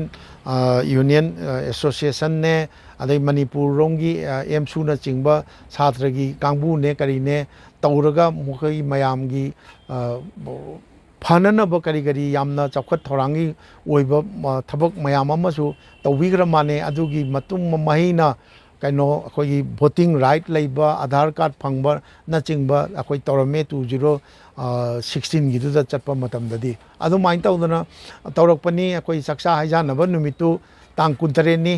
मी लस नुक्सीन मागी लैजब फी सेतना लाई लोइनमक पुन्ना हजिकी इसामतीदा युममा अदगी कोइलाघाट युममा बाइरंग युम 12 अदगी कोरिखाल युम मरी अदगी नया बस्ती युम मरी अदगी भोलागंज मोय युम 5-6 लैबा पुन्ना मी मैतैसी 150 अखोइना 2015 की चखिबा मतमदुदा भोलागंज हारिबा कैथेनसिदैसिदा मणिपुर की अखोगी कैनो बिष्णुपुर डिस्ट्रिक्ट की ने मतई बनाओ करी मरमदगी लापनो बिजनेस की सबसाना बिजनेस तौरगेना लापरा अचौब दुकान अमा फमौई मा नुंगाई याफना लैबा माली अखोई इमांगदा अखोइना चंगिबदुदा अखोई कैनो फोन दा मचा लंगबैदा बेंगलोर रोम दा माली लारिक तमगिबगी पैसा थादोक थाजिनगी कैनोगा वारीगा तौदना तौई अदो माइन तौदना तौई अदो तांग 19 से तांग 19 tu da mayam sak chaba lakpagi du kumai amani Shillong dagi su gari ga mai mayam lai naron jing thaba ingang tawdana leiba business tawdana leiba mayam ji mai magi gari ga tawdana nupi angang punarakpa kaya su yawi phi rol acha thak kari hawai chengwai na chingba mayam puraga lai adu mayam phi rol du mayam daga yentoktana alaman kaya da yentoktana kadawdana tawi aibudi sik bs ni ga hanaga tawdana aibu जो करी high तरह इकाई खुमना बिदना तौदना अदु mine तौदना तौई अदुनी अदो हौजिक्सी अइना लोसिनजरकपदा अइना हाइजनिंगिचे ngasiगी Meghalaya state की east Khasia hills district की मनुंग बांग्लादेश की border अखोगी Meghalaya की मनुंग अखोगी इशामती कोइलाघाट बाइरंग कोरिखल अदगी नया बस्ती अदगी भोलागंज हारिबा मफमजिदा मैतैना लेरकपसे ngasi ngarangi wanate lanjil aga leibusu nateba mamangai ipa ipu haktiktagi leirabneba makoina section jaudaba lailai sugi mangal watpa aduna partition tawraga ju he khangowdaba adagi kaino koigi Assam दगी खाइदोक्तना Meghalaya state अमा ओइग्रे जो खंगौदबा अदुमाइन तौदना तौगिबा जिदा ओब नांगबसिदा रिफ्यूजी दगी जो हेन तोना लेरकपा करीमता वोटिंग राइट लेतबा कैदौदबा स्टेट अमागी सब्जेक्ट नि हाइबगी करीमता मागी राइट टू करीम बाउ लेतबिदा अखोगी खासी निंथौगी खासी खुलाकपगी नांगबुरागी मखादा लेबा सब्जेक्ट ओइना लेरकपगी फिबमदा लेरकपजिगी अवाबसेइसदा कैदौंगैदा लिकथोकपा ngamgdagena खरा मोइदगी नुंगाय फरकपजिंजे सुम थोखिदना मिसिंग लिकथरकपनेबा असुमाइन तौदना सुम थोखिबतारदि हौजिक याम नुंगायबा मना ngasai panjagiba manjita haiba ibema bairanggi ahanba metric pass tauba haibo kalen jauduna ma kaino phamdana leigre ada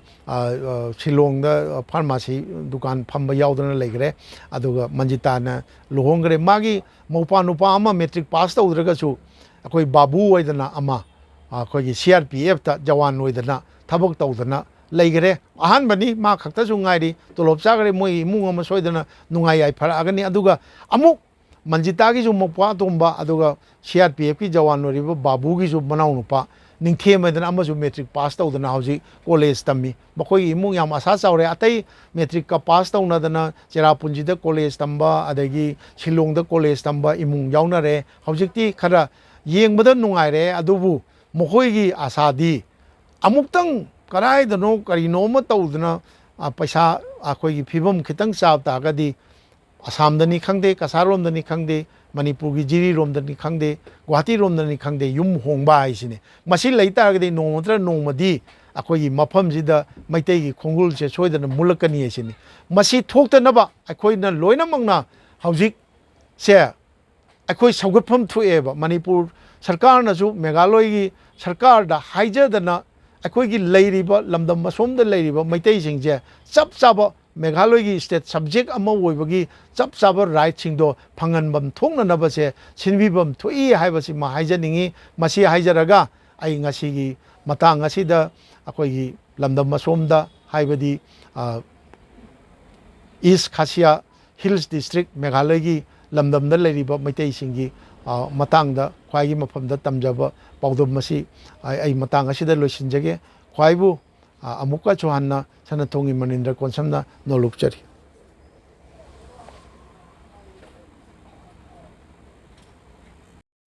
Inau Jugindro akoi jamba akoi thawal chawdagi inau sina honna jaramba gi mahai wena 2015 gi December 28 ta akoi gi Koilaghat ta Khungman tamum kulamani gi yumda akoi chaksa haijanaba thoram mokoina Sela-Bholaganj saina Bholaganj Meitei Development Society hairisina karinoida hujiki moina leiriba jaga si gi block si Sela-Bholaganj haidana block ki maming ni masigi manungda leibanina koi Bholaganj haidana Sela-Bholaganj block ki manungda leibanina koi Bholaganj Meitei Development Society haidana thonbani aduni asigi matungda sigi akoigi ngasai mathaktasu panjagiba sigi thauramjigidamta imphaldagi inaw akogi local cable tv amagi reporter amasu cameraman reporter amasu koi loinadana satli haina tawdu manasu yam phajana kanoni ahanba thengnaba dawna tawbo oitaragasu kaide khunjigi maramda yam phajana mayamda khanganbidana awa ana kaya kulamani ni ado khanganbidana kano tawraba matungdagi hujiki hairiba December gi 27 2015 gi December 27 da saksa hajanaba kulamani gi magi sumangda tawhibadu adugi matungda ayhangna khangjabada Manipur dagi honorable CM gi Meitei dagi mihut oina honorable MLA amanasu mafam sida chatpirubagi pau ama taba lehi adugi matungda inaw sing akoigi social activist oiba inaw sing nasu mafam sida akoigi kano lai haraubagi kangbu amaiba amaibi ka pudana jagoigi kangbu tawdana akoigi lai haraubagi tharamsu pakthokpirure haina tajai ado masini akoigi yamna nungaiba ngasagi masi ngangba Munindro Singha si Bairangi ngasagi manjita hariba nupi machadugi pokpa mapani ai mamani sida matungda phammi sina mamagi mamingdo ai kano tawdre ai hangjagidre masi moigida dengi tawbugi yamna phauga paidana mayam ama leirammi ado yam karbardu mai pakna tawbo chathaba male adegi chumain tawdana tawbani numitu yam nuksiba haitare koigi khungi nupi macha manjita isam samna t-shirt amaga matrek pen amga tawraga leirambadana tawbani ado maji metric thadori sumain tawdana Bholaganj tana makhongna chatana LP dagi hawraga leite school amabau leite anakpaduda si inaw kanona Jugindrona Kalenjawga manjitagada Shillongi polo ground da akoigi Imphal dagi bus ta hapkatlaga porpa cycle ani kusinnagibagi January 2016 da kusinnagibagi photo ni masi mana upload tawkhibni sini Bairangi thong hari si turen sini yamna isingji nongju thagi matamdasu isingdi pangchau chawdi nate iseldi yam kanba ado isingdi langtrek langna lui mana kanoga akoigi kari haitare manungda ngaga chenbase nga khatang chawna leingoi marakta tawroga brungga chengibagi leingoi brung kawaga se angakpa yengbada yamna angakpa phangna haidi nungaiba yengbada nungaiba aduni Bairang bridge se yamna chawi masaida bus achauba ama Bholaganj dagi nukti ayuk khudingi laimni aduga Shillong tan chatlaga Shillong dagi amu Shillongda pung 13 makhaiga adwaida thungnerga amuk pung amada amuk laaga amuk thungadoribni akoigi kanosida Bholaganjda nukti maduni chathok chasin tawduna madugi phibamdudi hausiksu adum kaidana adum tawri mane si chaksa haijanabagi kanosi si chaksa haijanaba thoram haina Bholaganj Meitei Development Society chaksa haijanaba thoram haidana koigi Koilaghat ki kulamani thong sumangda khandana se stage ga semdana tawribni masi adugi damakta khungi nupi mausing mau ahan nahasing laktana insang ka semdana ngantadagi laktana insang ka semdana tawi yamna yengbada pungning nungsiba moina sumaina saksa haijanabagi tharonggaji kayasu tawba natabani yamna nungaiba makoidadi yam nungaijabta khungi ahanjingni ngantana nga semba laibni makhongna laibni cycle ga yawba nate makhongna laaga nga semamaga amu hangraga tharonggi nangnanaba leijaba mapi marol set chadana lakkadorini aduga tharomda yawdoribni yam nungsiba yengbada moi ahanjing nga semamimi adu aibu kaisu nataba aibusu moigi thauromduda chief guest ne na kaubidana kokatpidana stage da phamanbidana tawbiba punsigi kaungom laroidaba mikupsingni na haijaba tai ꯑꯗꯨ ꯇꯧꯔꯦ ꯍꯥꯏꯔꯒ ꯑꯩꯈꯣꯏꯒꯤ ꯁꯤꯂꯣꯡꯗꯒꯤ ꯃꯌꯥꯝ ꯂꯥꯛꯏ ꯃꯌꯥꯝ ꯂꯥꯛꯄꯗꯨꯅ ꯐꯤꯔꯣꯜ ꯑꯍꯟꯕ ꯀꯩꯗꯧꯕ ꯂꯩꯗꯅ ꯃꯌꯥꯝ ꯄꯨꯔꯛꯑꯦ ꯑꯗꯨꯒ ꯈꯨꯟꯒꯤ ꯂꯩꯔꯤꯕ ꯑꯍꯜꯁꯤꯡ ꯃꯃꯤꯡ ꯄꯟꯅ ꯀꯧꯈꯠꯇꯅ ꯑꯩꯈꯣꯏꯒꯤ ꯐꯤꯒꯤ ꯈꯨꯗꯣꯜ ꯇꯝꯗꯅ ꯇꯧꯏ ꯁꯤꯂꯣꯡꯗꯒꯤ ꯂꯥꯛꯄꯤꯕ ꯌꯥꯝ ꯌꯥꯝꯃꯤ ꯃꯈꯣꯏ ꯒꯥꯔꯤꯒ ꯑꯩꯈꯣꯏ ꯂꯥꯛꯃꯤꯟꯅꯕ ꯅꯨꯃꯤꯠꯇꯨꯗ ꯒꯥꯔꯤ 2 ꯂꯥꯛꯑꯕꯅꯤ ꯑꯗꯨꯒ ꯅꯣꯡꯉꯥꯜꯂꯒ ꯇꯥꯡ 23 ꯇꯨꯃꯛꯇꯁꯨ ꯁꯤ ꯈꯨꯟꯒꯤ ꯈꯨꯟꯖꯥ ꯑꯍꯟꯁꯤꯡ ꯑꯗꯒꯤ ꯈꯔ ꯁꯍꯔꯒꯤ ꯃꯤ ꯃꯥꯟꯕꯁꯤꯡ ꯌꯥꯎꯔꯤꯅ ꯁꯤꯂꯣꯡꯗꯒꯤ ꯂꯥꯛꯄ ꯏꯆꯤꯟ ꯏꯅꯥꯎ ꯁꯤꯡꯅꯤ ꯑꯗꯨꯒ ꯑꯇꯩ ꯃꯃꯥꯡꯗ ꯀꯔꯤꯗ ꯐꯝꯃꯤꯕꯁꯤꯡꯁꯤ ꯑꯍꯟꯁꯤꯡ ꯍꯧꯖꯤꯛꯀꯤ ꯑꯅꯛꯄꯒꯤ ꯑꯌꯥꯝꯕꯅꯗꯤ ꯕꯥꯏꯔꯪ ꯈꯨꯟꯒꯤ ꯑꯍꯜ ꯂꯃꯟꯁꯤꯡꯅꯤ ꯅꯨꯄꯤ ꯃꯆꯥꯁꯤꯡꯅꯤ ꯍꯧꯖꯤꯛꯇꯤ ꯃꯣꯏ ꯑꯁꯥ ꯂꯩꯔꯦ ꯉꯁꯥꯏ ꯕꯥꯏꯔꯪ ꯆꯪꯕꯗ ꯂꯝꯄꯥꯛ ꯑꯆꯧꯕ ꯑꯃ ꯂꯩ ꯍꯥꯏꯕꯗꯨꯗ ꯆꯍꯤ 3 ꯃꯃꯥꯡꯗ ꯔꯥꯝꯀ꯭ꯔꯤꯁꯅ ꯃꯤꯁꯟꯅ ꯁ꯭ꯀꯨꯜ ꯑꯃ ꯍꯧꯖꯤꯛ ꯀ꯭ꯂꯥꯁ 8 ꯐꯥꯎꯕ ꯇꯝꯕ ꯌꯥꯕ ꯁ꯭ꯀꯨꯜ ꯑꯃ ꯂꯤꯡꯈꯠꯇꯅ ꯂꯩꯔꯦꯅ ꯉꯔꯥꯡ ꯅꯍꯥꯟ ꯈꯛꯇ ꯄꯥꯎ ꯄꯤꯕꯤꯔꯛꯏ ꯑꯗꯨꯅ ꯍꯧꯖꯤꯛ ꯑꯉꯥꯡꯁꯤꯡꯁꯤꯒꯤ ꯂꯥꯏꯔꯤꯛ ꯇꯝꯕꯒꯤ ꯀꯩꯅꯣꯗꯤ ꯑꯋꯥꯕ ꯊꯣꯏꯗꯣꯛꯄ ꯂꯩꯇ꯭ꯔꯦ ꯍꯥꯟꯅꯗꯤ ꯁ꯭ꯀꯨꯜ ꯂꯩꯕ ꯅꯠꯇꯦ ꯏꯁꯥꯃꯇꯤ ꯇꯥꯅ ꯆꯠꯄ ꯅꯠꯇ꯭ꯔꯒ ꯑꯩꯈꯣꯏꯒꯤ ꯚꯣꯂꯥꯒꯟꯖ ꯇꯥꯅ ꯆꯠꯂꯒ ꯂꯥꯏꯔꯤꯛ ꯇꯝꯃꯕ ꯅꯠꯇꯅ ꯎꯄꯥꯏ ꯂꯩꯔꯝꯕꯖꯥꯠ ꯅꯠꯇꯦ ꯑꯍꯜ ꯂꯃꯟꯁꯤꯡꯒ ꯑꯩꯈꯣꯏ ꯅꯝꯃꯤꯟꯅꯖꯈꯤꯕ ꯐꯣꯇꯣꯅꯤ ꯇꯨꯡꯗ ꯂꯦꯞꯄꯤꯕ ꯃꯌꯥꯝꯁꯤ ꯃꯔꯨꯑꯣꯏꯅ ꯁꯤꯂꯣꯡꯗꯒꯤ ꯂꯥꯛꯄꯤꯈꯤꯕ ꯉꯥꯛꯇꯅꯤ ꯌꯥꯝ ꯅꯨꯡꯉꯥꯏꯕ ꯊꯧꯔꯝꯅꯤ ꯆꯥꯛꯆꯥ ꯍꯩꯖꯥꯟꯅꯕꯗꯣ ꯌꯥꯝ ꯅꯨꯡꯁꯤꯕ ꯑꯩꯅ ꯈꯜꯂꯤ ꯀꯔꯤꯒꯨꯝꯕ ꯉꯝ ꯇꯥꯔꯗꯤ ꯃꯐꯝꯗꯨꯗ ꯏꯁꯩ ꯅꯣꯡꯃꯥꯏꯒꯤ ꯑꯥꯔꯇꯤꯁꯀ ꯄꯨꯗꯅ ꯇꯧꯔꯒ ꯑꯩꯈꯣꯏ ꯃꯣꯏꯗ ꯏꯁꯩꯒ ꯅꯨꯃꯤꯗꯥꯡ ꯑꯝꯇꯪꯒ ꯇꯥꯍꯜꯂꯗꯤ ꯀꯥꯏꯅꯒ ꯈꯟꯖꯕ ꯑꯗꯨꯕꯨ ꯄꯣꯛꯈꯤꯕꯅꯤ ꯁꯤꯅꯤ ꯃꯁꯤꯒꯤ